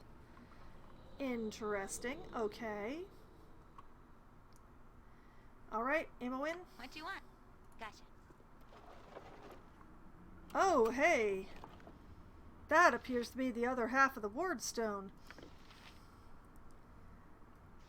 A sky drop gem, potion of superior healing, a shield, history of Waterdeep 3, history of Waterdeep 4, history of Waterdeep 5, history of Waterdeep 6. Oh boy, okay. More history of Waterdeep, apparently. Age 1, the rise of the warlords. Over the years, the forest was cut back farther and farther from the shore, and tribes began to stay most of the year there, farming the cleared land. The wiser among them claimed and controlled some of the timber in order to trade for more weaponry and tools. Such claims angered many who found the squatters rich from frequent trade, and brought attacks from land and sea, the more warlike tribes slaughtering the more sedentary settlers. Noted among these tribes was that led by Nimar, a chieftain who ordered his people to seize the farms, crude wooden docks, trading sheds, and storage barns built up around the bay. They settled there themselves and erected a log palisade within an earthen embankment to protect the holdings. After several abortive pirate and tribal raids, Nimar's people thrived in their new home, a fledgling town referred to as the town of Waterdeep. Aha! Further north, orc tribes had outgrown their mountain strongholds. Attempts to expand underground met with fierce dwarven resistance, although many small gnomish colonies were overwhelmed and wiped out, and the orcs spread out on the surface of the land, coming south and down out of the mountains, hurling their seemingly endless numbers against all who stood in their path. Here and there, elven enclaves held out, but the push southward displaced many other northern inhabitants, including the Everlasting Ones, trolls, who came down into the newly cleared lands northeast of Nimar's hold, those lands now known as the Troll Moors. Nimar died of old age during this time of increasing danger. Younger warlords led the men of Waterdeep, for so the ship captains called the harbor, in battles against the trolls. There were many bloody struggles between men and trolls for a decade, until the magic of a northern youth named Agahorn turned the fortunes of war against the trolls, and the Everlasting Ones were destroyed or scattered. Agahorn rose slowly in skill and power with the passage of years until he became a great mage. He discovered a supply of potions of longevity, or learned the art of making such, for he lived on, still physically a man in his prime, for decade upon decade. Okay. Fearing further attacks, the men of Waterdeep raised a small keep on the slopes of Mount Waterdeep above their farms, where fire arrows from on high could defend against attacking trolls. Many outlying tribes who had come to the settlement for safety from the trolls stayed and expanded the walls with new farms several times. Warlords ruled the free city of Waterdeep, holding it independent and increasingly wealthy as years passed. Alright, 4. Age 3, the bloody reign of the Guildmasters. There was great turmoil in the city as the Guildmasters argued amongst themselves as to who should govern the city, and more than one merchant of power was found murdered. Groups of liveried bodyguards appeared openly armed in the streets, accompanying their masters, and 2 very troubled months passed as they bickered and parleyed and occasionally duelled in the streets. At last, they decided that all masters should rule Waterdeep together in a council. The lesser nobles and many townsfolk protested, saying that the lords ruled by right and by the people's consent. The guildmasters, however, said that the lords had not been seen since Agahorn's death, and that they must have been golems or zombies controlled by Agahorn to conceal his lone rule, and indeed, the lords were silent and unseen, and continued to be so. In truth, the lords were real men and women whose identities had been compromised over the years by certain curious guildmasters who had ordered them slain by their own close-mouthed loyal servants following Aghorn's death. The only lords still surviving, those who had remained secret, were Beorn, a word worker, and Shalim, an apprentice wizard. These surviving lords kept very quiet and waited. The guildmasters thought all the living lords of the city had been eliminated and took firm rule over Waterdeep. The guildmasters ruled Waterdeep for only 6 years ere their self-interested squabbling led to bloodshed. Open quarrels and a few murders quickly erupted into a brief but vicious series of street fights and midnight attacks. This strife, oftentimes termed the Guild Wars by sages, although it was never as long drawn out or so formal as to be called a war when it was taking place, left all but 2 guildmasters dead, most of the city's best mines stilled, and much of the city's gold wasted or plundered with the guilds in disarray. The surviving guildmasters were Lorhar Gildeth of the Shipwrights and Elhem Zor of the Gemcutters. These two, ruthless manipulators both, were well matched and could not overcome each other, though their private armies clashed often in the streets. At length they sickened of bloodshed after many from both families were dead in the gutters, and agreed to rule together. 2 thrones were set up in Castle Waterdeep, and from then the two argued bitterly over this and that, and the city was a place of tension and fear. All matters, including the recognition of new guildmasters to rule the headless guilds, had to come before the 2 Lords Magister, as Lorhar and Helem were called. Few matters were settled. No, they probably wouldn't be. Age 2, the Lord's rule begins. This is all out of order. I remember reading this before and complaining that it's all out of order. I went from 4 to 5, but it's from 3 to 2. In his 112th winter, Agahorn had a sharp disagreement with Rarlor, who was then warlord of Waterdeep. Rarlor wanted to use Waterdeep's acquired wealth and strength of arms to create a northern empire, with Waterdeep its capital and Rarlor its ruler, and gathered armies for the purpose. Agahorn defied him before all the people, and Rarlor ordered the mage to be chained. Agahorn magically struck aside all who sought to lay hands on him. In a fury, Rarlor struck at the mage with his own blade. Agahorn rose into the air, just out of reach, and as the infuriated warlord slashed repeatedly at his rising feet, gestured. Rarlor's blade transmuted in his hand from steel into a hissing serpent which promptly bit him. The warlord died of the venom before the shocked people assembled there. Agahorn then gathered all the captains of Waterdeep's army and all the seniors of the families of Waterdeep. While runners sought to bring them to the castle, flames roared and crackled in the warlord's empty chair of state at Agahorn's busying, so that no one sat there. Then, at a gesture from the mage, the flames were gone, as though they had never been, leaving the chair unmarked. Agahorn seated himself then, and proclaimed himself the first lord of Waterdeep, saying that henceforth wisdom and not armed might would rule the city.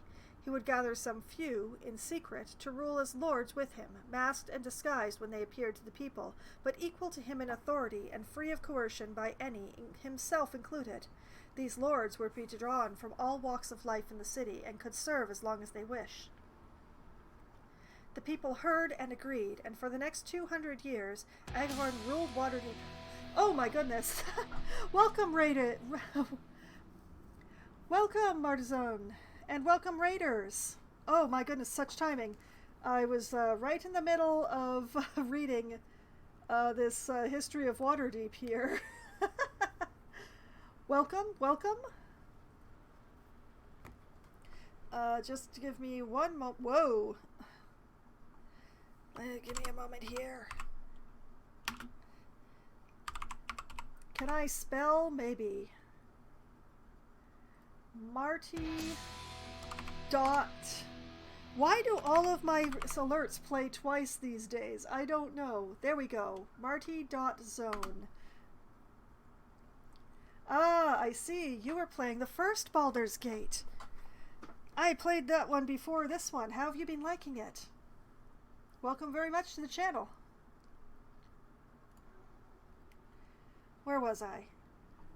The people heard and agreed, and for the next 200 years, Agorn ruled Waterdeep with his unknown fellow lords. Over the years, the masked lords were a group of sometimes 5, 6, or 7 who appeared seldom and said little. Some whispered that they were Agorn's servants, or even magical automatons controlled by the old mage. Still, Agorn's justice was swift and fair, his laws good, his guardsmen polite, and just as ready to help as apprehend, and the people approved. The years passed in peace and prosperity. The north was open to humans. Roads built under Agorn's direction linked it together from the ruins of the fallen kingdom, which had been shattered by goblin races' attacks before men were numerous in the north, to the cities that would later become Amn. Love Baldur's Gate so much. Keep playing it over and over again. Well, that is definitely a high recommendation there. My goodness. Now, where was I? Waterdeep grew 5-fold in size and wealth. From all over the realms, folks began to come to the Crown of the North, drawn by money, and among them came those who rob, cheat, and steal. When word of doings extending beyond simple theft to deception in workmanship and the appearance of many fly-by-night impostor craftsmen reached Agahorn's ears, he called together the senior merchants, the noble ones, and suggested that they form guilds, as was done in the far south, to police the unscrupulous of their own professions. Some resisted or were furious, but most saw the advantages of such an arrangement, particularly if they were free to set matters up themselves and not have less favorable arrangements forced upon them. The guilds were created forthwith. Thrice more the city walls were expanded as Waterdeep continued to grow in size and prosperity. Its merchants traveled the world over, bringing back exotic goods from afar and spreading word of the city's wealth to remote lands. In the south, some listened with an eye to conquest, or at least plunder, but swords were already out in the southern lands in a time of widespread strife, and no invaders came. Agahorn's death eventually failed, and he died. He was buried with ceremony in his tower, which was secured against thieves and fools. Those who learned the arts arcane from the old mage cast the most potent protective magics known upon his home and resting place, which many believes remains inviolate today. Alright, now that I have finally finished that book, hello, welcome Raiders. I am Foxwine. I am a variety streamer who has been playing Baldur's Gate every Sunday night for quite some time, possibly longer than I should admit. I played through the first game of Baldur's Gate 1, and now I am working my way through Baldur's Gate 2. I've actually finished the main plot of Baldur's Gate 2, and I am now working on the expansion, The Throne of Baal. And once I finish The Throne of Baal, I will be moving along to Baldur's Gate 3. I am a variety streamer, however, so on Mondays, Wednesdays, and Thursdays I also play other different games, depending on which day of the week it is, and on Wednesdays what my friends feel like playing.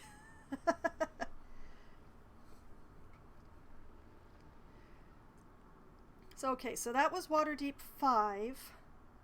I hate the Waterdeep books because they are out of order. Waterdeep 6, Age 4, The Return of the Lords. One day to the courts of the Lord Magister came 2 people masked and robed as the lords of Waterdeep of old. Where they came from no one knew, but they appeared in the castle's great hall where the courts were, and demanded the Lord Magister to leave the city forthwith. Laughing, the Lord Magister refused, whereupon the shorter of the masked intruders, the Lady Shalem, apprenticed to Agahorn and his undeclared heir as first lord of the city, blasted them with lightning and fire, and their very thrones were shattered and toppled. The taller of the 2 intruders, Baron, then called for the heads of the noble houses to come to them, or leave the city forthwith and forever, if they cared not to come with by nightfall. All in the courts heard, and the news was cried in the streets. The surviving nobles came, reluctantly, and with bodyguards, expecting such a summons to be a trap. Bayron spoke to them, and the crowd of curious townsfolk that had also come, saying, "This must not happen again. If Waterdeep was to be safe once more," he told them, "all must support what he and his fellow lord now planned, as they had supported Agahorn in the past. The 2 would choose others to be lords as before," he said, "and they would rule in secret as before, save for himself." He removed his mask and said, "I am Bayron. I would be lord as Agahorn was before. I would be safe in this my city again." And the folk of Waterdeep there agreed. Shalarn, still masked, commanded that the houses of the two Lords Magister be outcast. There was protest, and she raised her hands that had blasted the thrones, and it was still again, and the house of Gildeg and Zor were outcast. Peace returned to the city, and Waterhavens to their labors. To inhibit discovery of who the lords were, Bayron selected certain men of character whom he knew well, and appointed them magisters, black robes they were soon called from their robes of office, under the lords, to judge and apply the laws of Waterdeep in daily affairs. These magisters he paid well to raise them from temptation, and gave lodgings to those who feared for safety to dwell among the people. To so serve, he told the city, was a burden, not a proud misuse of authority, and if any wished to no longer serve, or were found wanting, they were not to be vilified, but accorded respect. And over the magisters the lords sat in their court to correct and overrule the judgments of the magisters. Bayron told the people that none were to decry or belittle any judgments of the magisters that the lords saw fit to alter or cast aside. If any thought ill of the offices, or those who held them, they could turn back to the rule of the sword and whim, and perish as had those before them. Before the Lord's court, Bayron encouraged people to speak freely for the length of a short candle's burning, without fear of chastisement or reproach from the lords for anything said, as long as they spoke openly and answered questions or opposing views put to them by any there. Thus, he held, just grievances of folk would be heard, no matter how small the matter or lowly the speaker, and so it was. Slow to take hold until people knew it for careful justice, but enduring beyond Bayron's time, and beyond Shalarn's time, and beyond the time of their daughter Lestin, the masked lady, who wed Zelfar Arenson of Neverwinter, and was mother to Kelbin Backstaff Arenson, a lord of Waterdeep today, who knows the secrets of long years as Agorans did.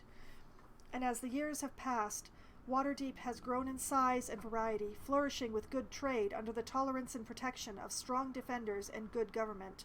The years passed, not without troubles, varying from the Gods' War, when Waterdeep played host to gods dying and ascending, to such occurrences as a green dragon assailing the field of triumph, part of a plot by the Knights of the Shield to overthrow the Lord's rule.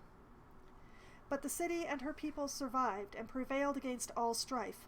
The Lord's Alliance provides continued safety for all the settlements of the northern Sword Coast and those inland, with Waterdeep as the heart of the Alliance. Though it can be matched in size or commerce, there is no city the realms over that compares to the sheer variety of life and experiences found in Waterdeep, Crown of the North. Is it just me, or are the Waterdeep books super long? Okay, that was this shelf. Did I look at this shelf? I don't think I had. No, I definitely hadn't, because there's a new tattered parchment here. And a History of the Drow, History of the Drow 2, History of Estegund, History of Gondigal, the Lost King, History of Halrua. Okay, all those books are ones that I've read before, so it's just the tattered parchment that we're interested in. Went to Waterdeep once in tabletop. It's like NYC of the Forgotten Realms. Yeah, you know, that's not entirely inaccurate. Alright, tattered parchment. This fragment of an ancient and tattered scroll is inscribed with ornate calligraphy which reads, "Place the book, bell, and candle upon the altar. Celebrate the holy name, forever praised and renowned. Summon the faithful, gather at the altar. Witness his glory and triumph, ring the sacred bell. As it is written, the ritual has begun." Well, that doesn't tell me what passage to read. That one doesn't help me at all. Yes? Okay. This will not take long.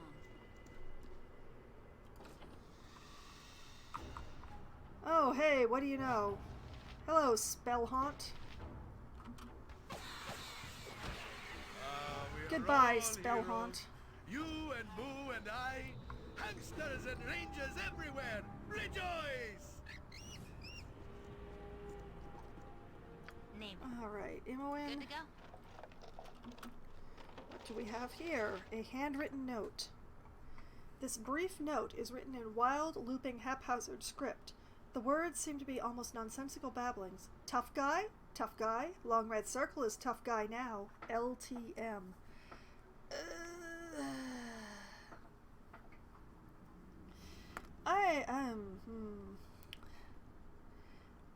I feel like this is as important as the short medium square makes big muscles from Lum, but I'm still not sure how.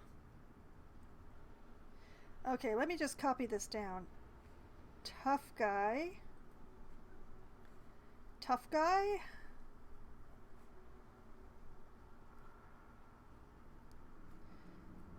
Long red circle is tough guy now. Long thing L T M. Okay. Pull that into that inventory. Time to send things around and around and around.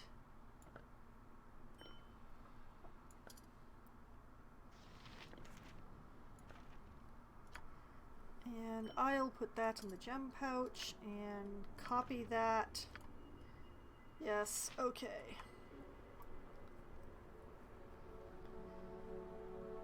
And what's in here? A key. Potion of extra healing. A king's tear. And a history of Tithir, which I believe I've already read, so I will be not reading that one. And then this room's a dead end. I still don't know which passage. What is it? But this key may It work must in that be done. door.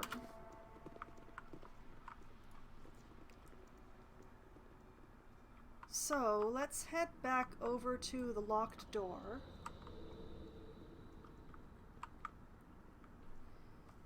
And once everybody's gotten here, yes, thank you, we'll save Foxwine's Unwanted Throne. Ready and willing. Just like All right, old Emily. times. Yes. Except for the Speak. torture and all. It will be done. Oh. Oh dear. Guardian Golem? Oh. Okay, that's a symbol of Helm.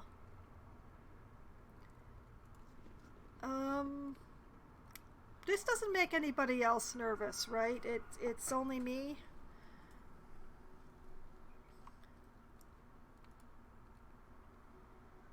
Oh man, I don't really want to touch this, but... Yes? Certainly. There's an inscription on the sarcophagus. Here lies our faithful servant. Despite a somewhat suspect memory in his later years, he served with duty and honor. If you wanted to, you could move the heavy lid and peer inside the sarcophagus. Thank you very much for the follow there, Marty.Zone. That will not only give you access to some of the cutest follower emotes on Twitch, but will also allow you to earn channel points just that much faster towards my various gorgeous channel point rewards. Don't listen to Green when he tells you that there's only one channel point reward. There are many.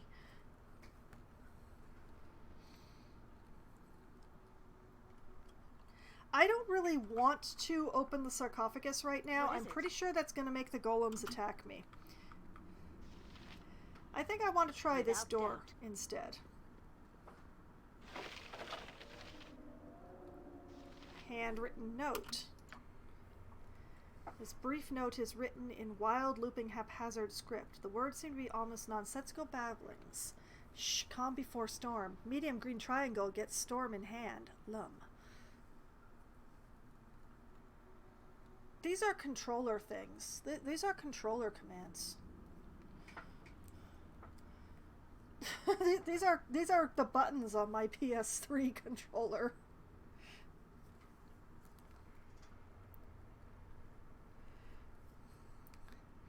Okay, well, I will write this one down too. Shh, calm before storm. How fast can I write?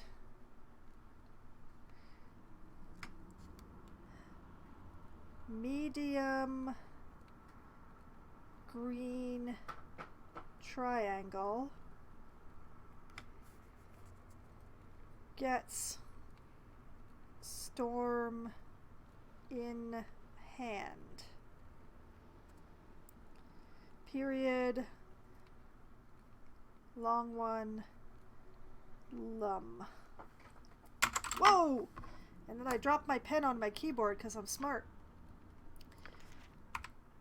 Okay, which one's this? That? No, that's the tough guy one. I've already copied that one. There it is. Copy that one.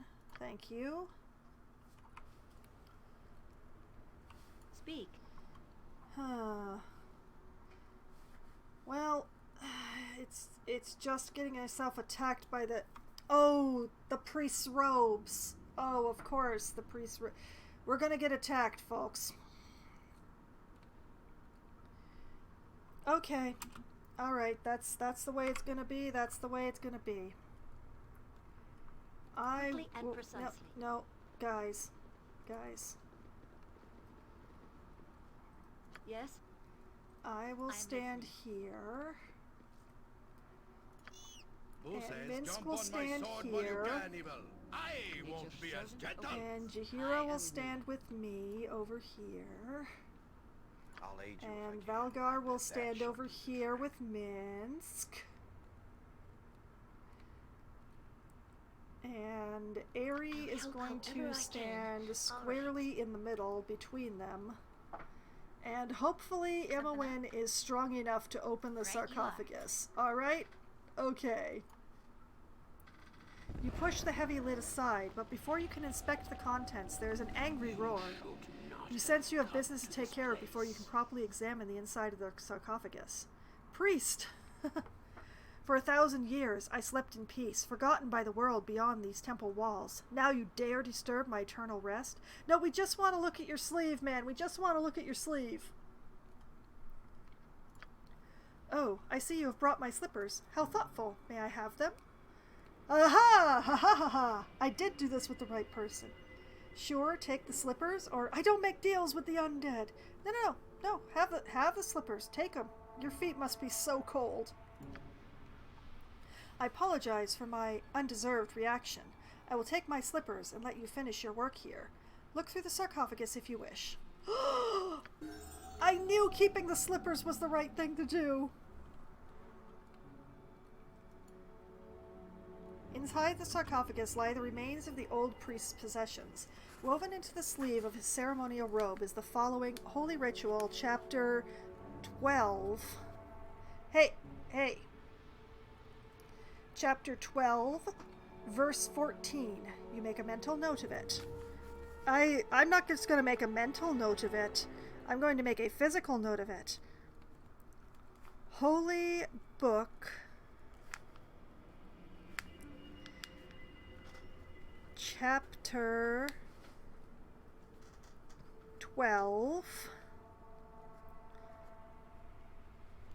verse 14.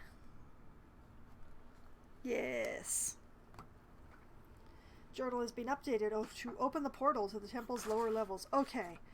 Now I can do it. I have the ritual. I have the verse. And we didn't have to fight the golems because I had the slippers. Which means Without we can just hesitation. leave them the heck alone. Possibly even, where's the door? Let's just close that door.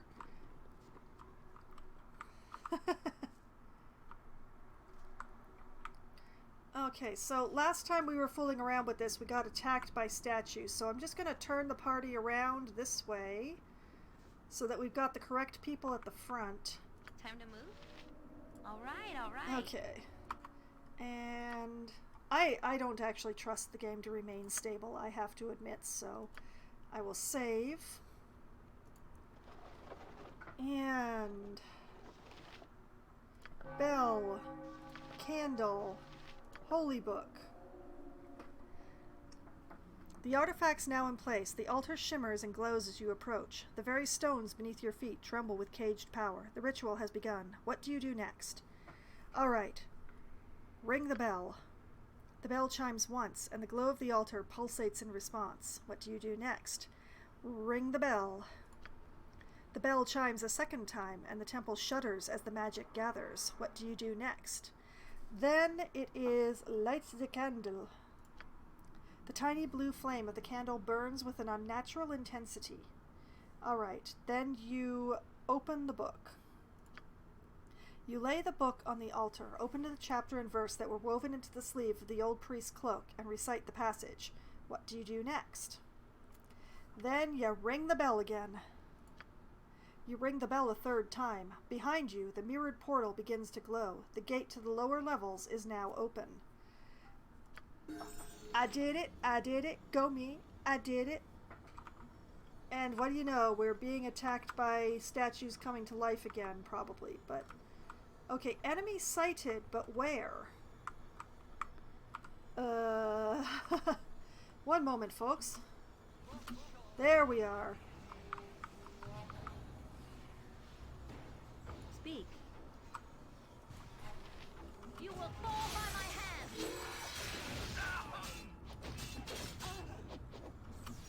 Oh, this is a lot. Okay. Yep. Imoen, just keep shooting at that one, please. You point, I punch. Minsk, I would like you to switch targets over to here. I await your lead. Chihira, this one is calling your name. Baldur, when did you level? Why didn't you tell me you leveled? Oh no, I have to choose. What did I already get? I already got power attack, which means I can get critical strike, right? Yes. Yeah, critical strike for you.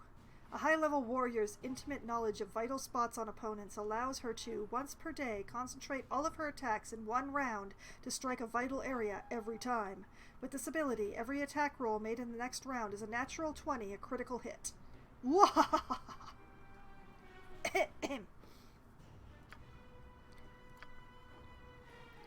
You guys gotta tell me when you level.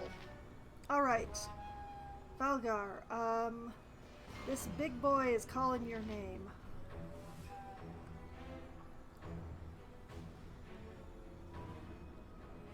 Oh, I'll show you a fight. Yes? I'm not sure which one I'm hitting, but let's go for this one.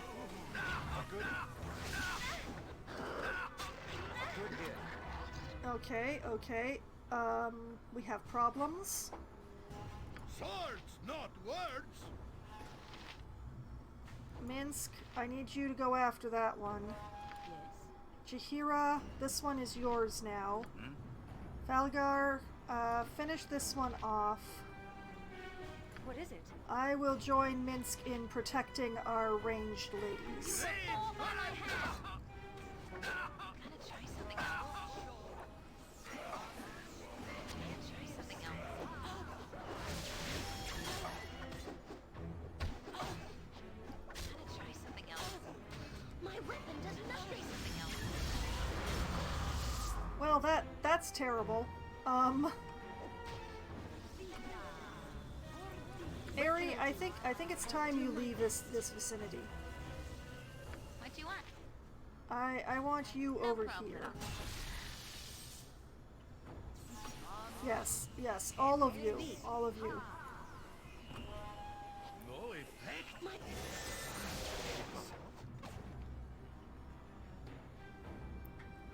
Now, I know she's still there. We didn't kill it.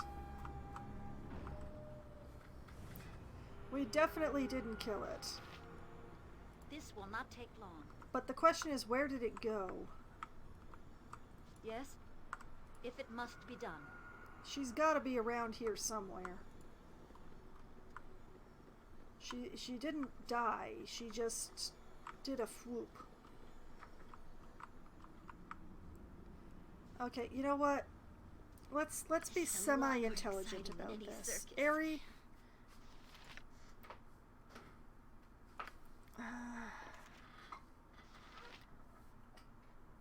kind of dislike the way that using these things goes. Okay. Use that on yourself, would you?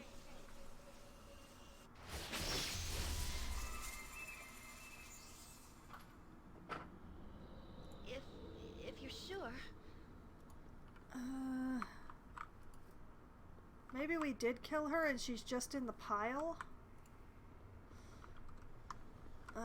That makes me very uneasy. What is it? Okay. Name it. I'm going to at least partially assume that it's being taken care of. Ready and willing. Okay, so fire arrow, arrow +3. Into the belt you go.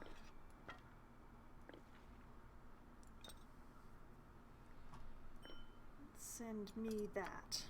And apparently I leveled up without telling me too. Why does nobody tell me this stuff?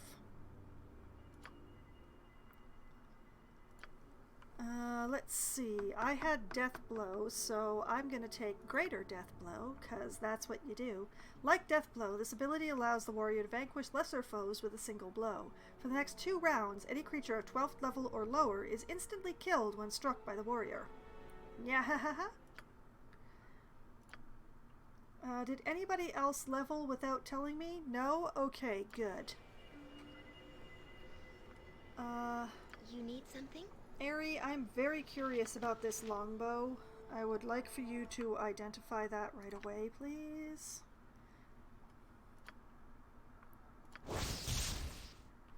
Longbow +3. Longbow is similar to the short bow, except the staff is about as tall as the archer is, usually 6 to 6.5 feet. Better range and accuracy than short bow to... Okay, so it's just a +3. I was hoping that it would be better than that. Because, yeah, I am the only one here who can use a longbow. And I've already got a +3. So what am I supposed to do with this? I don't know. Ari, pass that to Minsk, would you? Maybe Minsk can use it. Minsk can use it. Do I want him to use it? Maybe. Maybe not. I don't know. He has no ammo, though. Admittedly, there are ways around that, given the fact that we have the Quiver of Forever now. Minsk and Boo stand That ready. is not its actual name, but, you know, that's how I choose to refer to it. Speak. Okay. I think that's Will be done. everything useful.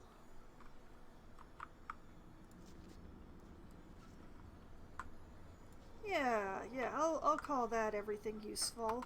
Okay, before I go downstairs, once again, we'll save my unwanted throne. There we go. Mirror hums with energy. The gate to the lower dungeon is now open. Floor More oh. suicidal fanatics willing to die in the service of hell, I see. Or have you been forced into service, as I once was a millennium ago? Chromatic demon. Are demons the ones that always lie, or are those devils? I always get them mixed up. I am not a follower of Helm, though I willingly serve him in this cause, foul creature. I serve no one but myself. I'm here looking out for my own interests. Forced into service? What are you talking about? Are you the imprisoned one? As if I don't already know that I'm only on the 2nd floor? Of 4?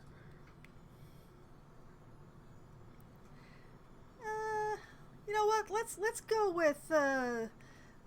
with like blinking at them innocently and being, whatever are you talking about? Blink, blink, blink, blink. Sounds like you have been tricked into doing Helm's dirty work.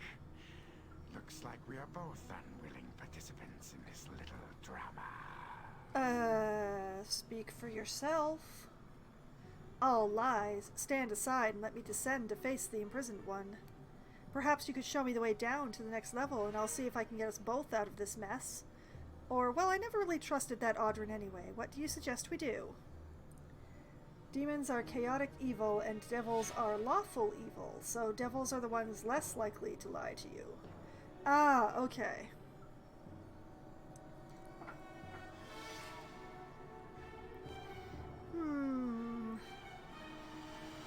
Well, trying the innocent act obviously has not worked here, but, the thing is, like, why am I asking the guy in a cage to stand aside? Truthfully. He's very obviously in a cage. This is not standing in my way.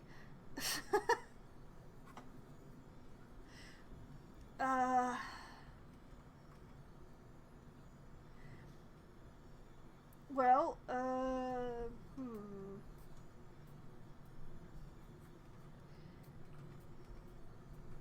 Let me descend to face the imprisoned one, or perhaps you could show me the way down next, the next level, and I'll see if I can get us both out of this mess.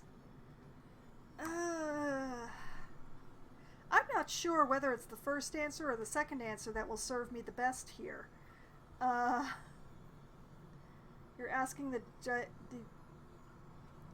yes, apparently I would be asking the demon in a cage to step aside in order to allow me to face the imprisoned one. Yes, that is the problem that I have with that particular line, because he's not standing in my way. This is definitely not in my way.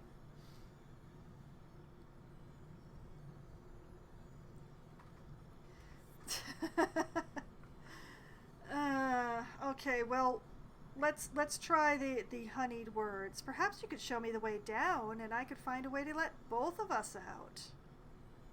Listen, friend. We can help each other. The fact of the matter is, you cannot get through the gate to the next level unless I open it for you. Okay. So I'm not going to let you through the gate unless you help me end the enchantment that has kept me bound in this infernal dungeon for the last 1,000 years. Do we have a deal? What must be done, or I'll never deal with you, foul demon. Well, I don't see much choice here, so what must be done? Glad you've decided to be reasonable. The Hellmites were never reasonable. It is so much easier to deal with one who isn't a fanatic. Oh, sweetie, can't you see what I am? Oh well. This cage I'm stuck in was fashioned over 1,000 years ago by 4 archmages who combined the power of 4 diverse elements to imprison me here for all eternity. How can I get you out? Or why should I care? You will not be freed by me.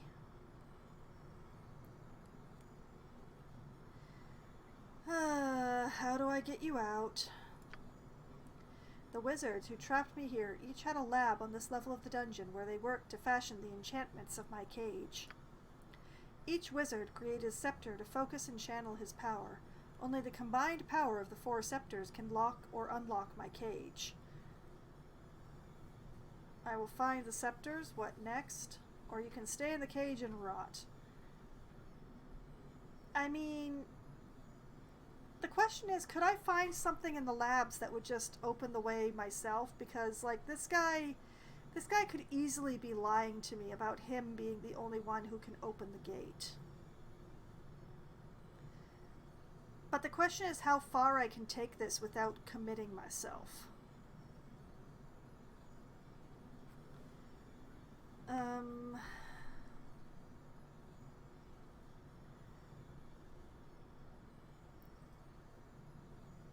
I'll find the scepters. What next?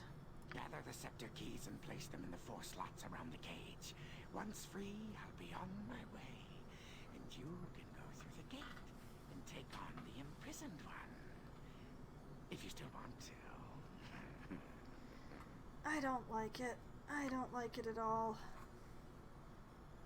I have entered into a bargain with a chromatic demon, though I had little choice. I need to gather the 4 scepter keys to unlock his elemental cage. Only then will he give me access to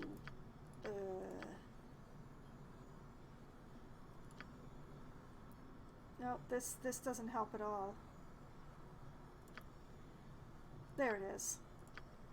Entered into a bargain with a chromatic demon, though I had little choice. I need to gather the 4 scepter keys to unlock his elemental cage. Only then will he give me access to the level below. Great! I just love being lied to the moment I step through a portal. Certainly. I don't suppose I can just try to enter the portal, but are pushed back by some invisible force. It appears that you require something in order to pass. Oh, and he's doing a thing. I've never walked so much in my life. I must Can you rest rest soon. now? I am weak when I am tired. I don't think sleeping in here is a good idea, but...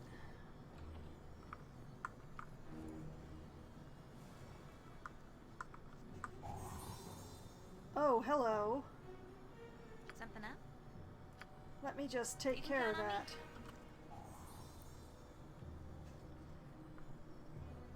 It seems that we shall have to be very careful moving Yes? forward in here. Without doubt. Last time I didn't find a panel, I got fireballed, Time to so, move. This way then?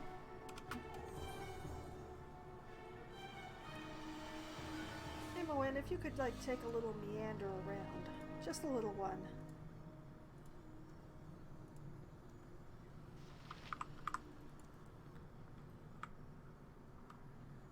Okay. This room isn't giving her any tingles.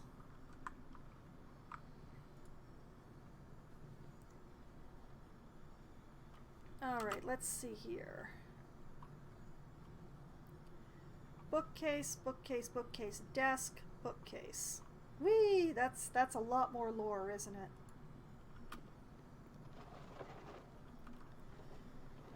Okay, so we've got a silver ring, we've got more bullets.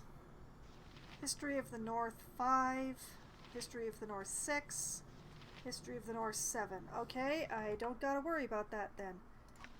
Bullet plus 2, bullet plus 3, off to Aerie.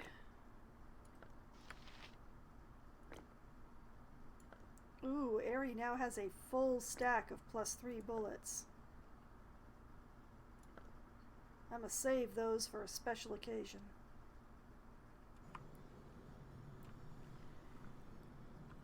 Okay.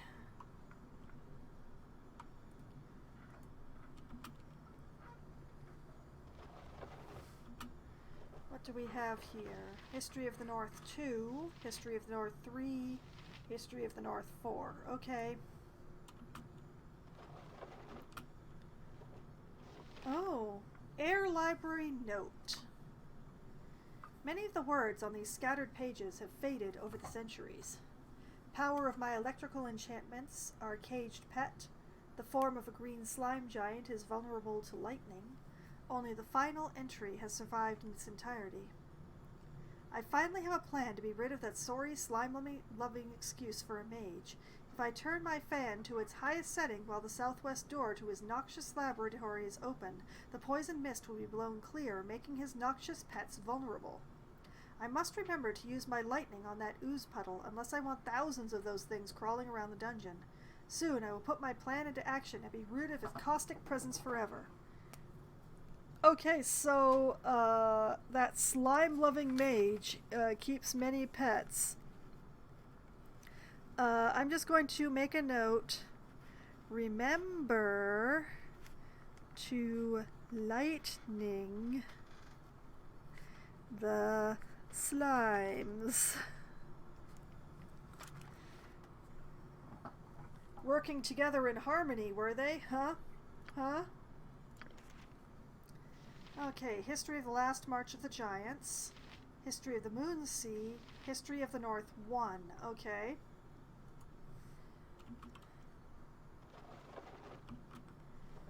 And, ooh, handwritten note. This brief note is written in wild, looping, haphazard script. The words seem to be almost nonsensical babblings. Words to the wise. Circle, square, triangle. LT mad. Okay, I'll just make a note of that. Words to the wise. Circle. Square. Triangle. LT mad. Interesting. Alright, take that. Elminster's Ecologies, Appendix 3A, which I've read twice already. I'm not going to read it again. History of Dragon Coast. History of the Drow 1. History of the Drow 2. No, I've already read those. Money. Bullet. Antidote. History of the Fateful Coin. Yeah, I've already read that one too. Okay. Sunstone Bullets. Too far away from Aerie. Okay, well, copy this note.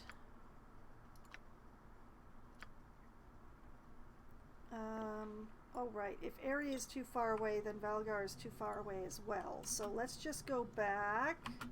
There we go. Valgar is my keeper of antidote. Aerie has a pile of sunstone bullets now. You know what? I'm gonna toss these. I have no use for them now.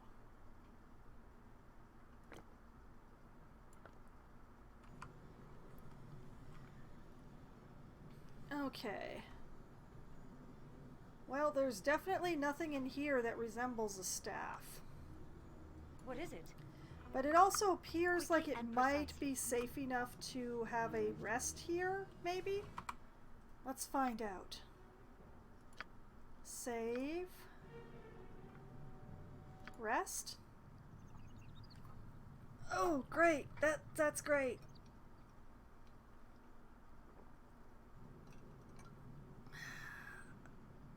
You are awakened from your rest because an enemy attacked us. Because, yeah, I kind of expected that.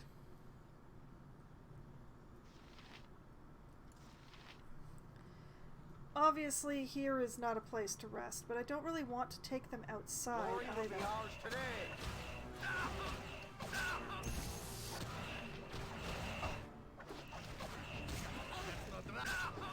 Just beat them to death, guys. Just beat them to death.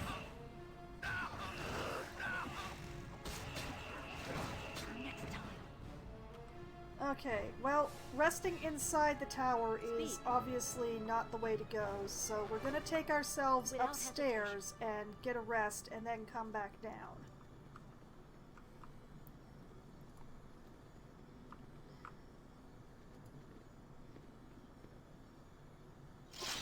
Bye, demon eating. Oh! Where the heck are we now? Oh! Oh, I see. To the element. Okay, okay, so this is a shortcut.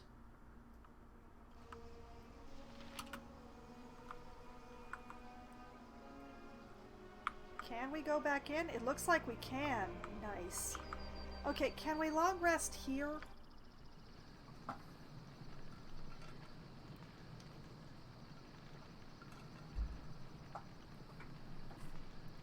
It appears that we can long rest here without being attacked by the stuff from inside the tower, so that's awesome. Yes?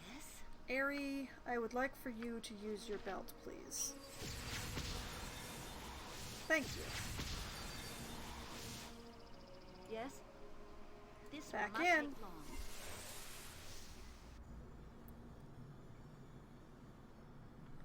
Hey, demon, Correct you me as miss you will. us?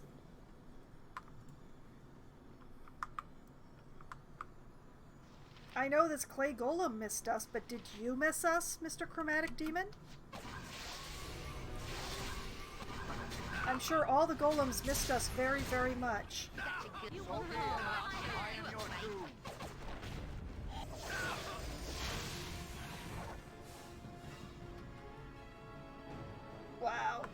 was a bunch. You're fine, Minsk, you're fine. Everything's fine. Nobody is maimed.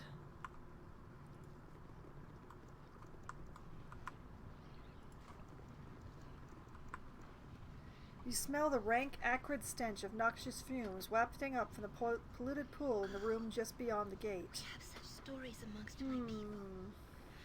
Being underground is just not for the Avariel. Okay, so we need the fan. We need the fan before we come this way.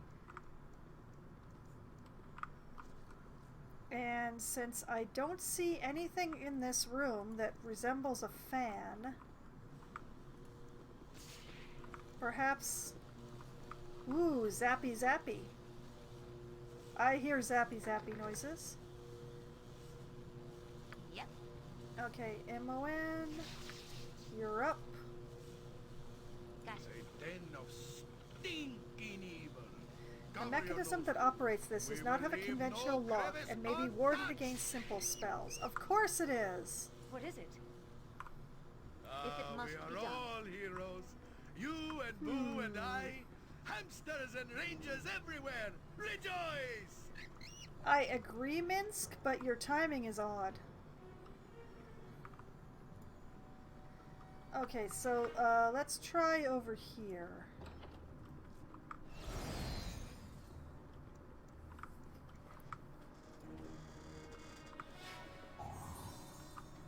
Oh, of course. Why wouldn't there be more traps? Good to go. You know, Harry, I should confess something. You didn't turn out at all like I expected you might. Baldur, why now? Oh, if I didn't know you better, Valigar, I think I'd have to take that the wrong way. Oh my, she's flirting. I suppose it didn't come out quite like I meant it, did it?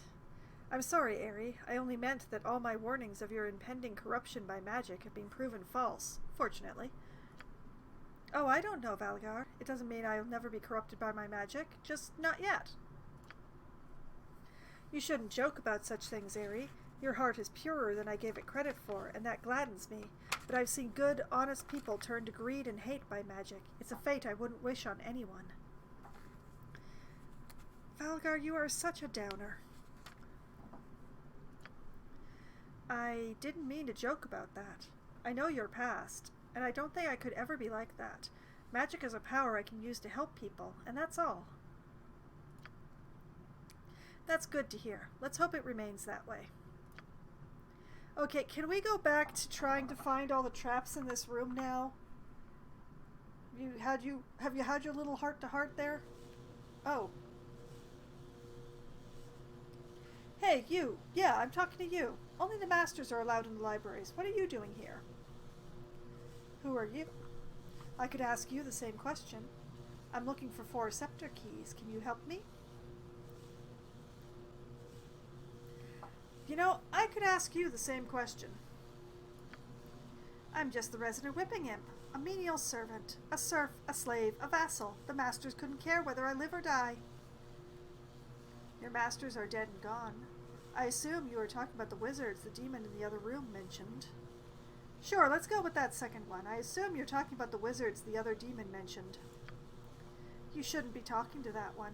He's always stirring up trouble between the masters with his hints and rumors and half-truths. I hate to tell you this, but your masters are all dead. Or, you stupid imp, your masters are long dead. No, I'm nice, I'm being nice. I hate to tell you this, but your masters are dead. Dead? Huh, not surprised, I guess. I knew trouble was brewing. The masters must have finally killed each other off. You know, I bet that explains all those screams and explosions I kept hearing a while back. At least, now I know why the fans shut down. Nobody left to start them up. You mean you've just been sitting here for centuries doing nothing? Or you must be the dumbest imp in all of the Abyss. Let's go with the first one. You've just been doing nothing for centuries. Hey, one of the masters told me to wait right here for further instructions, so I waited right here. I'm smart enough to know better than to disobey an order from one of the masters. So how long were you going to just sit here and wait? Didn't you get bored or curious as to where everyone was? Or after the first 100 years, didn't you realize something strange must have happened?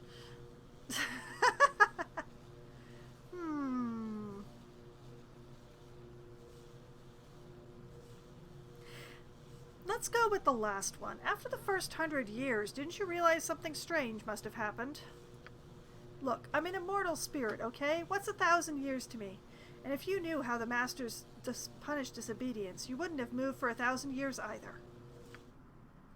I'm not sure whether to be impressed by your unshakable devotion to duty or appalled at your complete lack of initiative. With the masters dead, I've got no reason to stick around anymore, but since you did bring me the news that I'm free to go, I'll help you out. This whole place is powered by a magical fan. Without it, all the labs shut down. If you want to find anything besides empty rooms, you should start that fan up again. There were 4 masters, and each kept a library and a lab. Air, slime, cold, and fire were the magics that they practiced. Well, that's interesting set. Alright, so air, slime, cold, fire were the 4 mages. Okay. The master's pets and creations probably still inhabit their labs, so beware. Some of them are near unkillable if you don't know how to hurt them. A little hint for you. The masters were always planning to kill each other. Each master could use his unique elemental power against one of the others. So before you go stumbling into something you can't handle, you should check out all the libraries.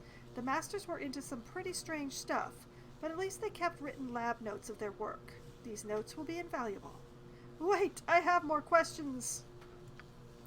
Sorry, I've wasted enough time hanging around here already. One last tip. Go to the air lab first. It's behind me. The fan has 2 settings, high and low. That might be important. And now I'm gone. Okay.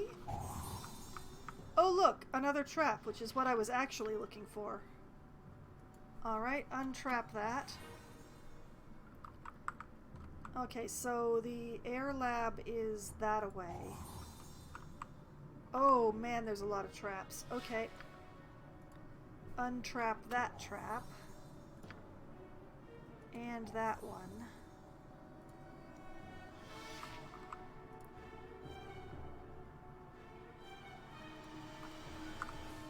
And... okay. As far as Imoen's detection goes, that's all the traps. Let's start with this. Ooh! More potions of superior healing. Yes, please. I'll take those arrows. What are those? And a wand? Okay.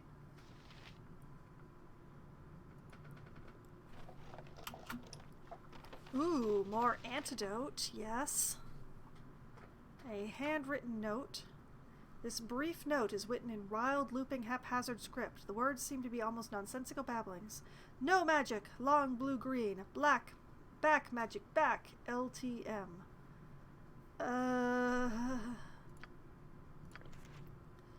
Elminster's Ecologies, Appendix 3A, again. History of the North, History of the North, History of the Red Ravens. Okay, copy. I'm not going to write these down in my notebook anymore, and I don't think I'm going to carry them around after I copy them either, because this is just getting ridiculous. Okay, so to the floor with you, handwritten notes. Arrow +3, nice. Bullet +4. You know what, I'm going to hang on to those in here as well. We don't know what kind of wand this is. Antidote. Silver ring. Handwritten notes on the floor, please. Put the ring in there. What is? Oh, that's Vigil Stone. Okay.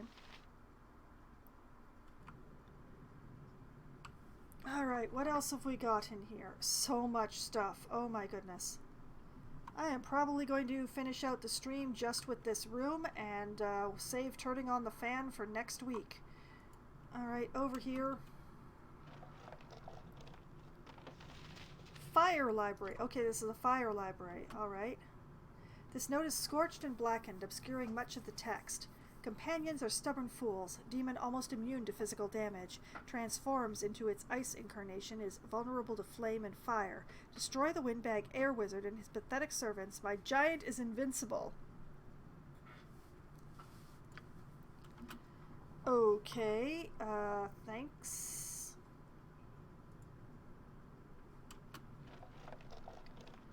And nothing else there. Ooh, identify scroll, more potions of superior healing, history of the Ulgarth, and a whole bunch of throwing axes. Alright, that goes to Aerie, those go to Valgar. What was this again? That's the air library note. Should I keep the fire library note as well for now? Probably. I probably should. Let me just grab that. Alright, then the bookshelves.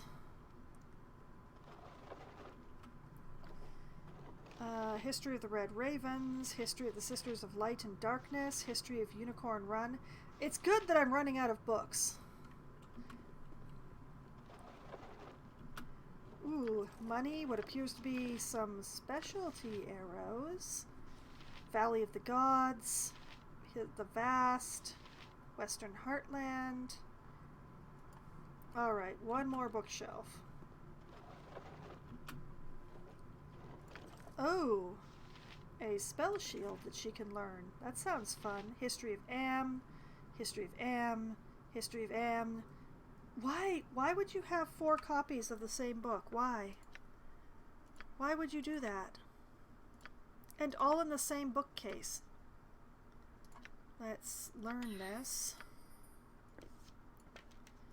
so that I will promptly forget to memorize it entirely. Okay, so that is everything in here. 3 bookcases, 2 desks, a chest, and a jewel for some reason. Speak. It will be done. And interesting that the imp didn't like the chromatic demon. That's intriguing, is what that is.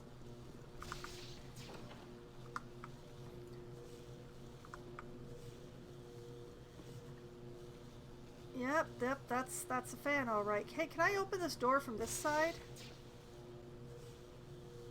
Nope.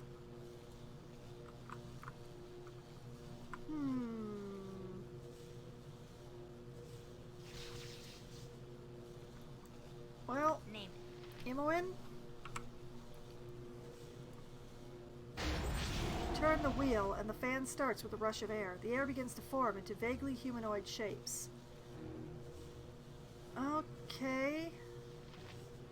Oh, goody! Greater air elementals. Spectacular.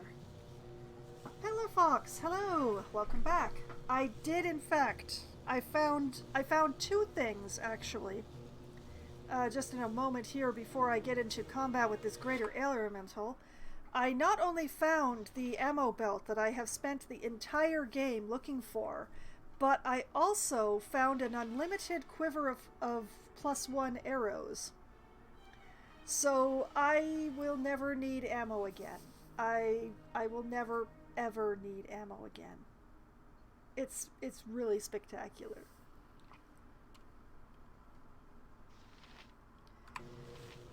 But yes, we have a problem here. Right you are. Alright, Imoen, I want you over there. Aerie, I want you over here. Everybody else, I want you wailing on this elemental. Every hamster has his day. I am ready. still here. Just fan it to death with your everything.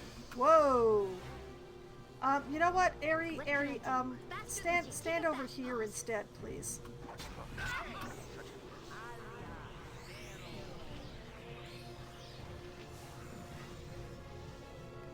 And you know, Imoen leveled up and didn't tell me.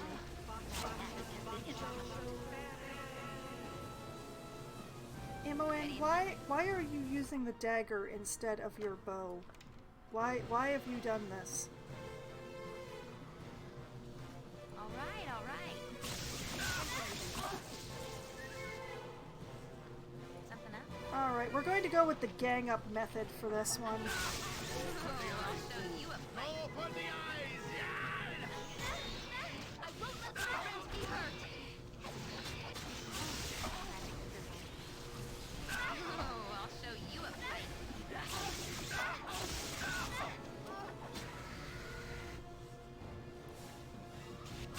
Everybody's still alive? Mostly? Mostly?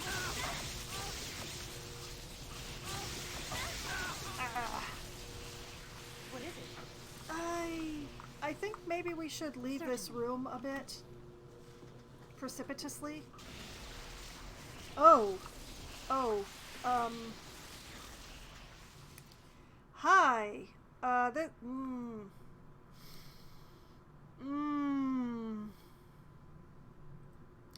Well, this is a problem.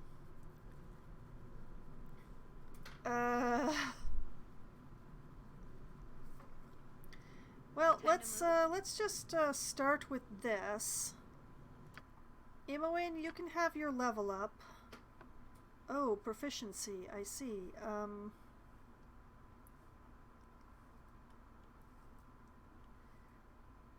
Man, why can't I give you proficiency in longbow?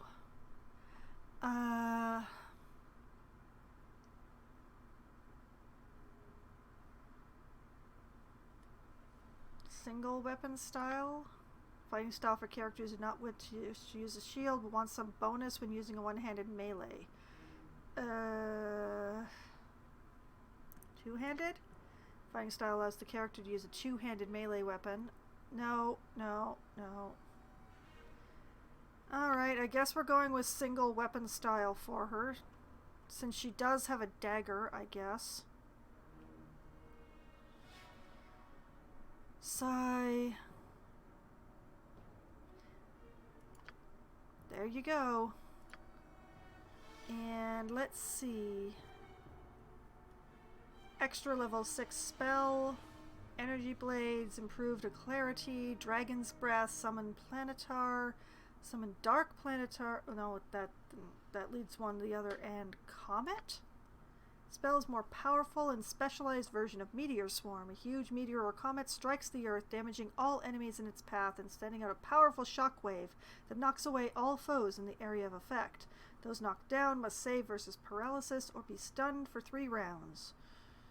You know, I think I might go for summon planetar.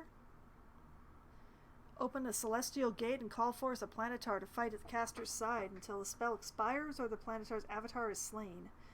I think I'm going to go with that one simply because it also leads to the dark planetar. That sounds like fun.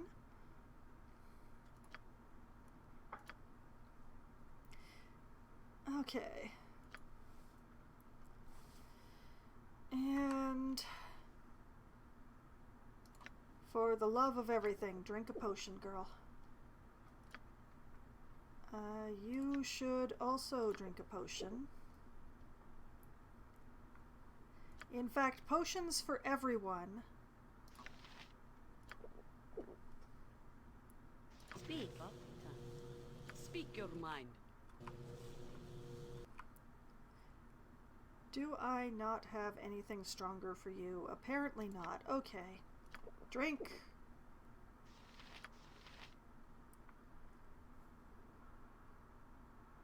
And he's not terribly injured, so let's have him drink one of the little ones, I guess. Potions for everyone but Aerie, who is feeling fine, apparently.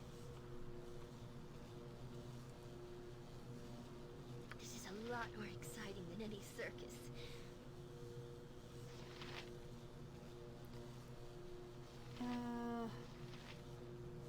I'll do it.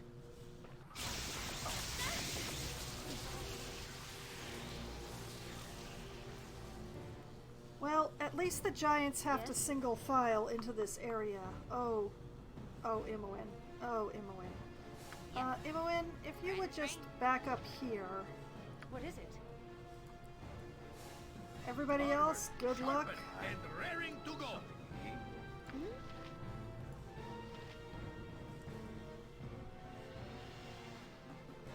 I'm just going to hope that everybody is attacking the correct fire giant here. What? Your servant awaits. I can hear you well enough. Okay. I'll hurt you if I have to.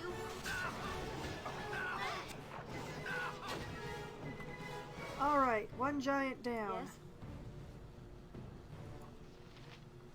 Minsk. You Minsk. point, I punch. Minsk.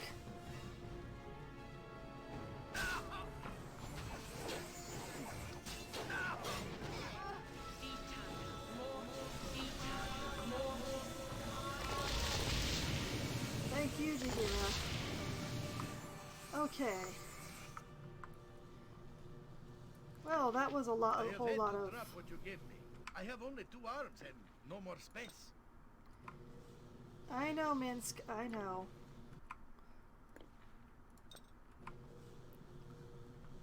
What is it?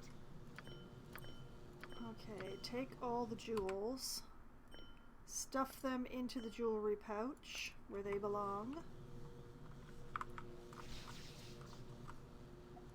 Okay. Speak. Without doubt. Can we see the loot from the elementals if we just stand in the door? Oh, no, that's too close, apparently. That is way too close. Let's just step out here. We didn't need that loot from the elementals anyway. We're not terribly, terribly hurt. That never happened. No.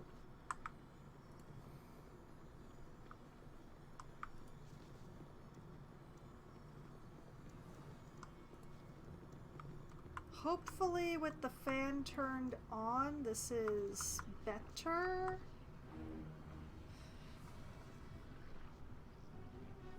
Question is, Airy. Let's see, frost, fire, lightning. Yes, lightning, yes.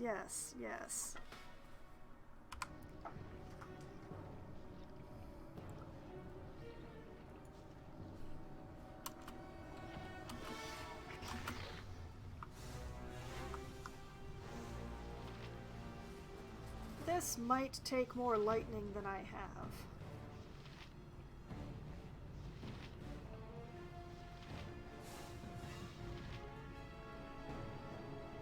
You need something? Alright, Airy. Slime.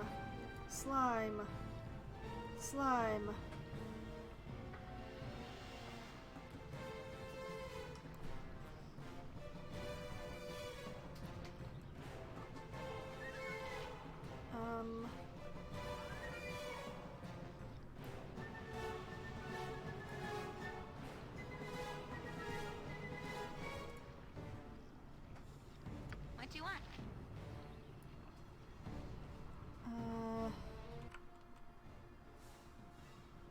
I want you to start shooting at the giant snake. I think that would be the best use for you. I await your need. Jahira, poison mist, please. I'll aid you if I can. Baldur. You know what? Back up on the snake. Oh, I'll show you a fight.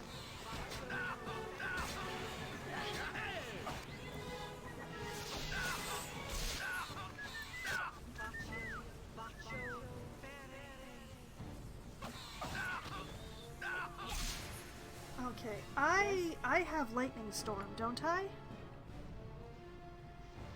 Cure light wounds, bark skin, resist. Call lightning.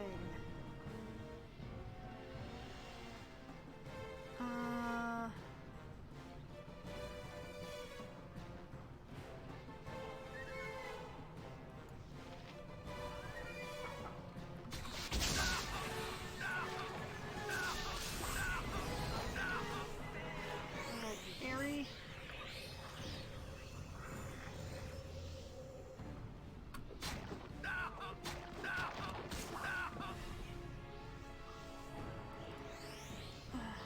The main problem with these bloody lightning wands is you gotta use the entire thing.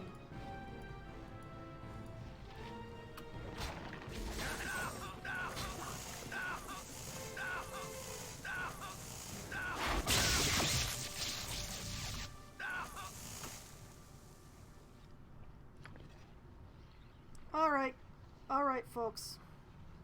What is it? Time to go, that's what it is. Quickly and precisely.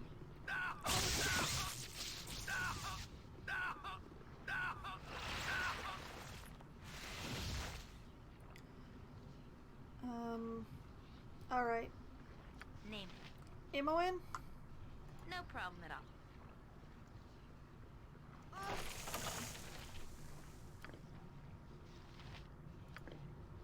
Thank you.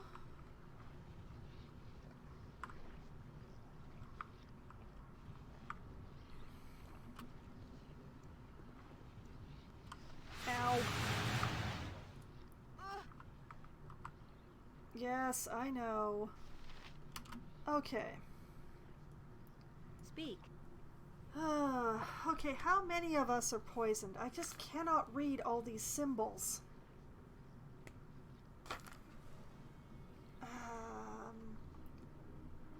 Fairly certain I am poisoned.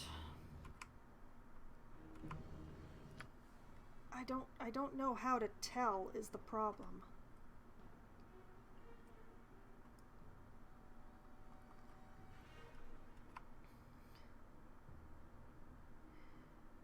You know what? Let's just What is it?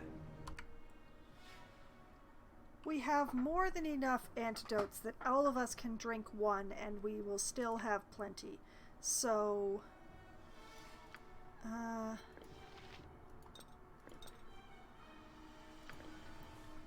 send one to me. Send one to Minsk. Send one to Jahira. Send one to Airy. Drink one.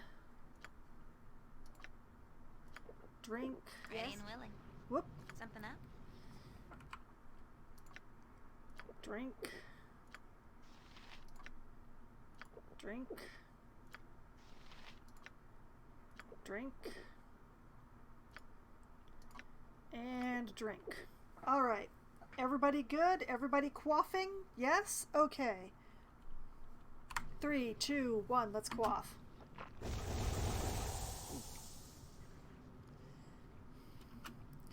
Okay, and Time to move? Imoen, I would like for you to pass those extras back over to Valagar. Thank you. You can hold on to the poison flailhead for now. What is it? You quaffed as well. Yes, everybody's quaffing. Admittedly, we have to go back into the poison room because there's the door on the other side. Yep. But I'm gonna have You can count on Imoen me. check that out. Imoen, can you open that door? It is locked. Of course it's locked. Can you unlock that? No, you cannot. Alright.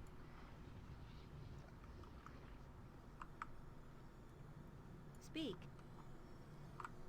Without hesitation. Okay.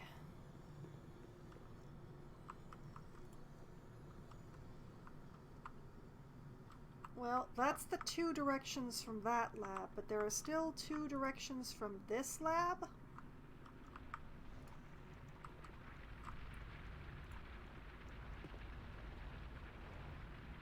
Oh, Minsk, why are you so Swords, injured? not words.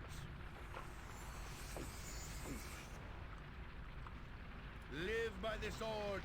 Live Oops. a good Yes. long time. This will not take long. Well, that's certainly a trap. What do you want? This way then? Alright, that's another What is it? one that I can't open If from it this must be side. done.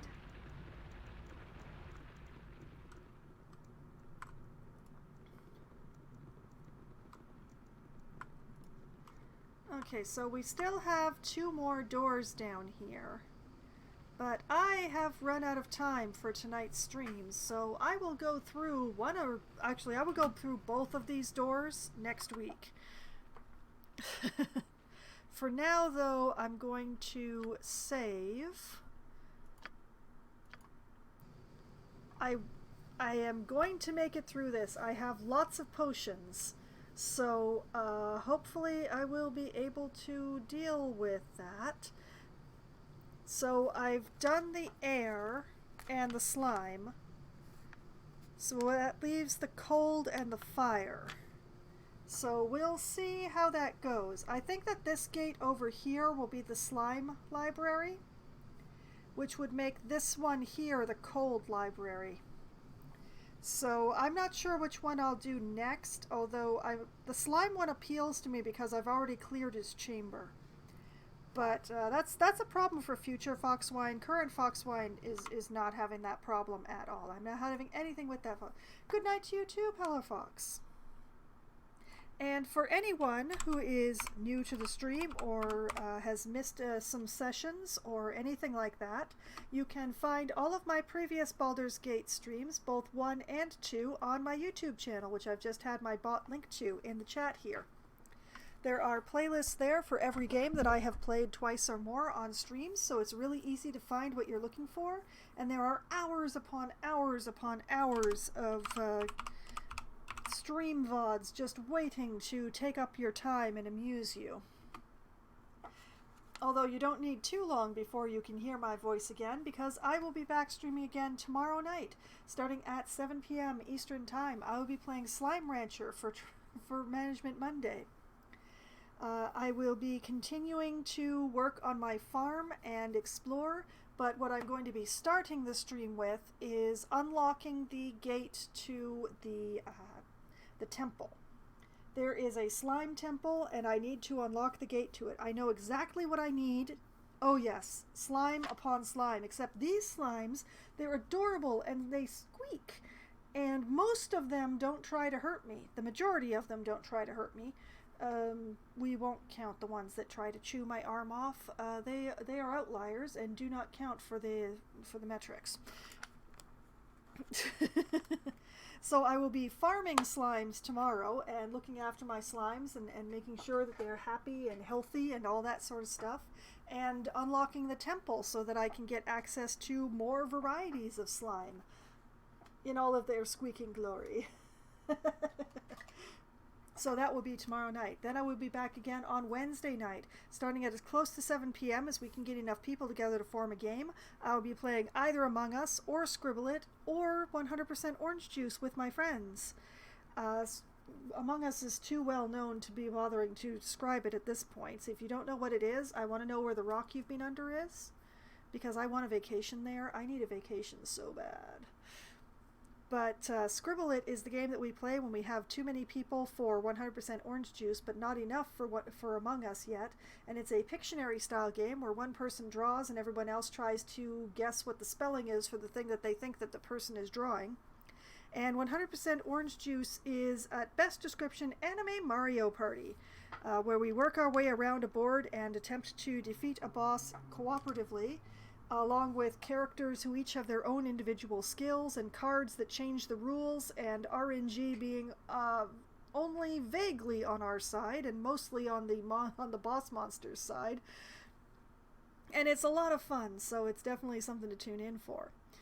So those are the group games that I play on Wednesday, and then on Wednesday, usually around 10:15 or 10:20 or so, when my friends have to go to bed because their day jobs require them to be up in the morning, I switch over to my solo Valheim server where I crash around and try not to scream or die too much. I do one much better than the other for the general part, but I managed to not die last stream despite tripping over a golem. So upcoming in Valheim, I will be continuing to explore the mountain that is closest to my base and seeing if I can find any more silver deposits on it before I go and explore the frost cave that I managed to find on the same mountain. And hopefully not continue tripping over that angry golem. That would be nice. So that's the plan for Valheim. Very simple, very straightforward. Then on Thursday night, starting at 7 p.m. Eastern Time, it will be Disciples Liberation for Try Not to Die Thursday. I meant to play that for the first time last Thursday, but then Steam started their spring sale. So I did not actually get to play because the Steam servers went down in a heap like the way they always do on the first day of a sale. So I will be trying again for the first time in Disciples Liberation on this upcoming Try Not to Die Thursday, and hopefully making it through the prologue and past the prologue. That would be nice. And then, next Sunday night, starting at 9 p.m. Eastern Time, it will be Baldur's Gate 2, where I will continue working my way through these laboratories, and hopefully making my way to the next floor down without getting murdered by this chromatic demon, which may or may not be the... I'm not sure if I can do this without fighting the chromatic demon, so I would really like to not fight the chromatic demon, but without going evil, so we'll see if I manage to pull that off next week. So, that is the upcoming week in my schedule, all the games that I'm going to be playing and everything that I plan to do in those games, at least the ones that I do plan. I have more planned than unplanned this week, which is an interesting thing. But, you know, whether or not I have a plan, I still have fun. And I did have a lot of fun tonight. And I hope that all of you had at least as much fun as I did. And thank you very much for the raiders who are still hung around all the way to the end of the stream. It is much appreciated. Thank you for raiding in tonight. And I hope that you all have a great night. Good night.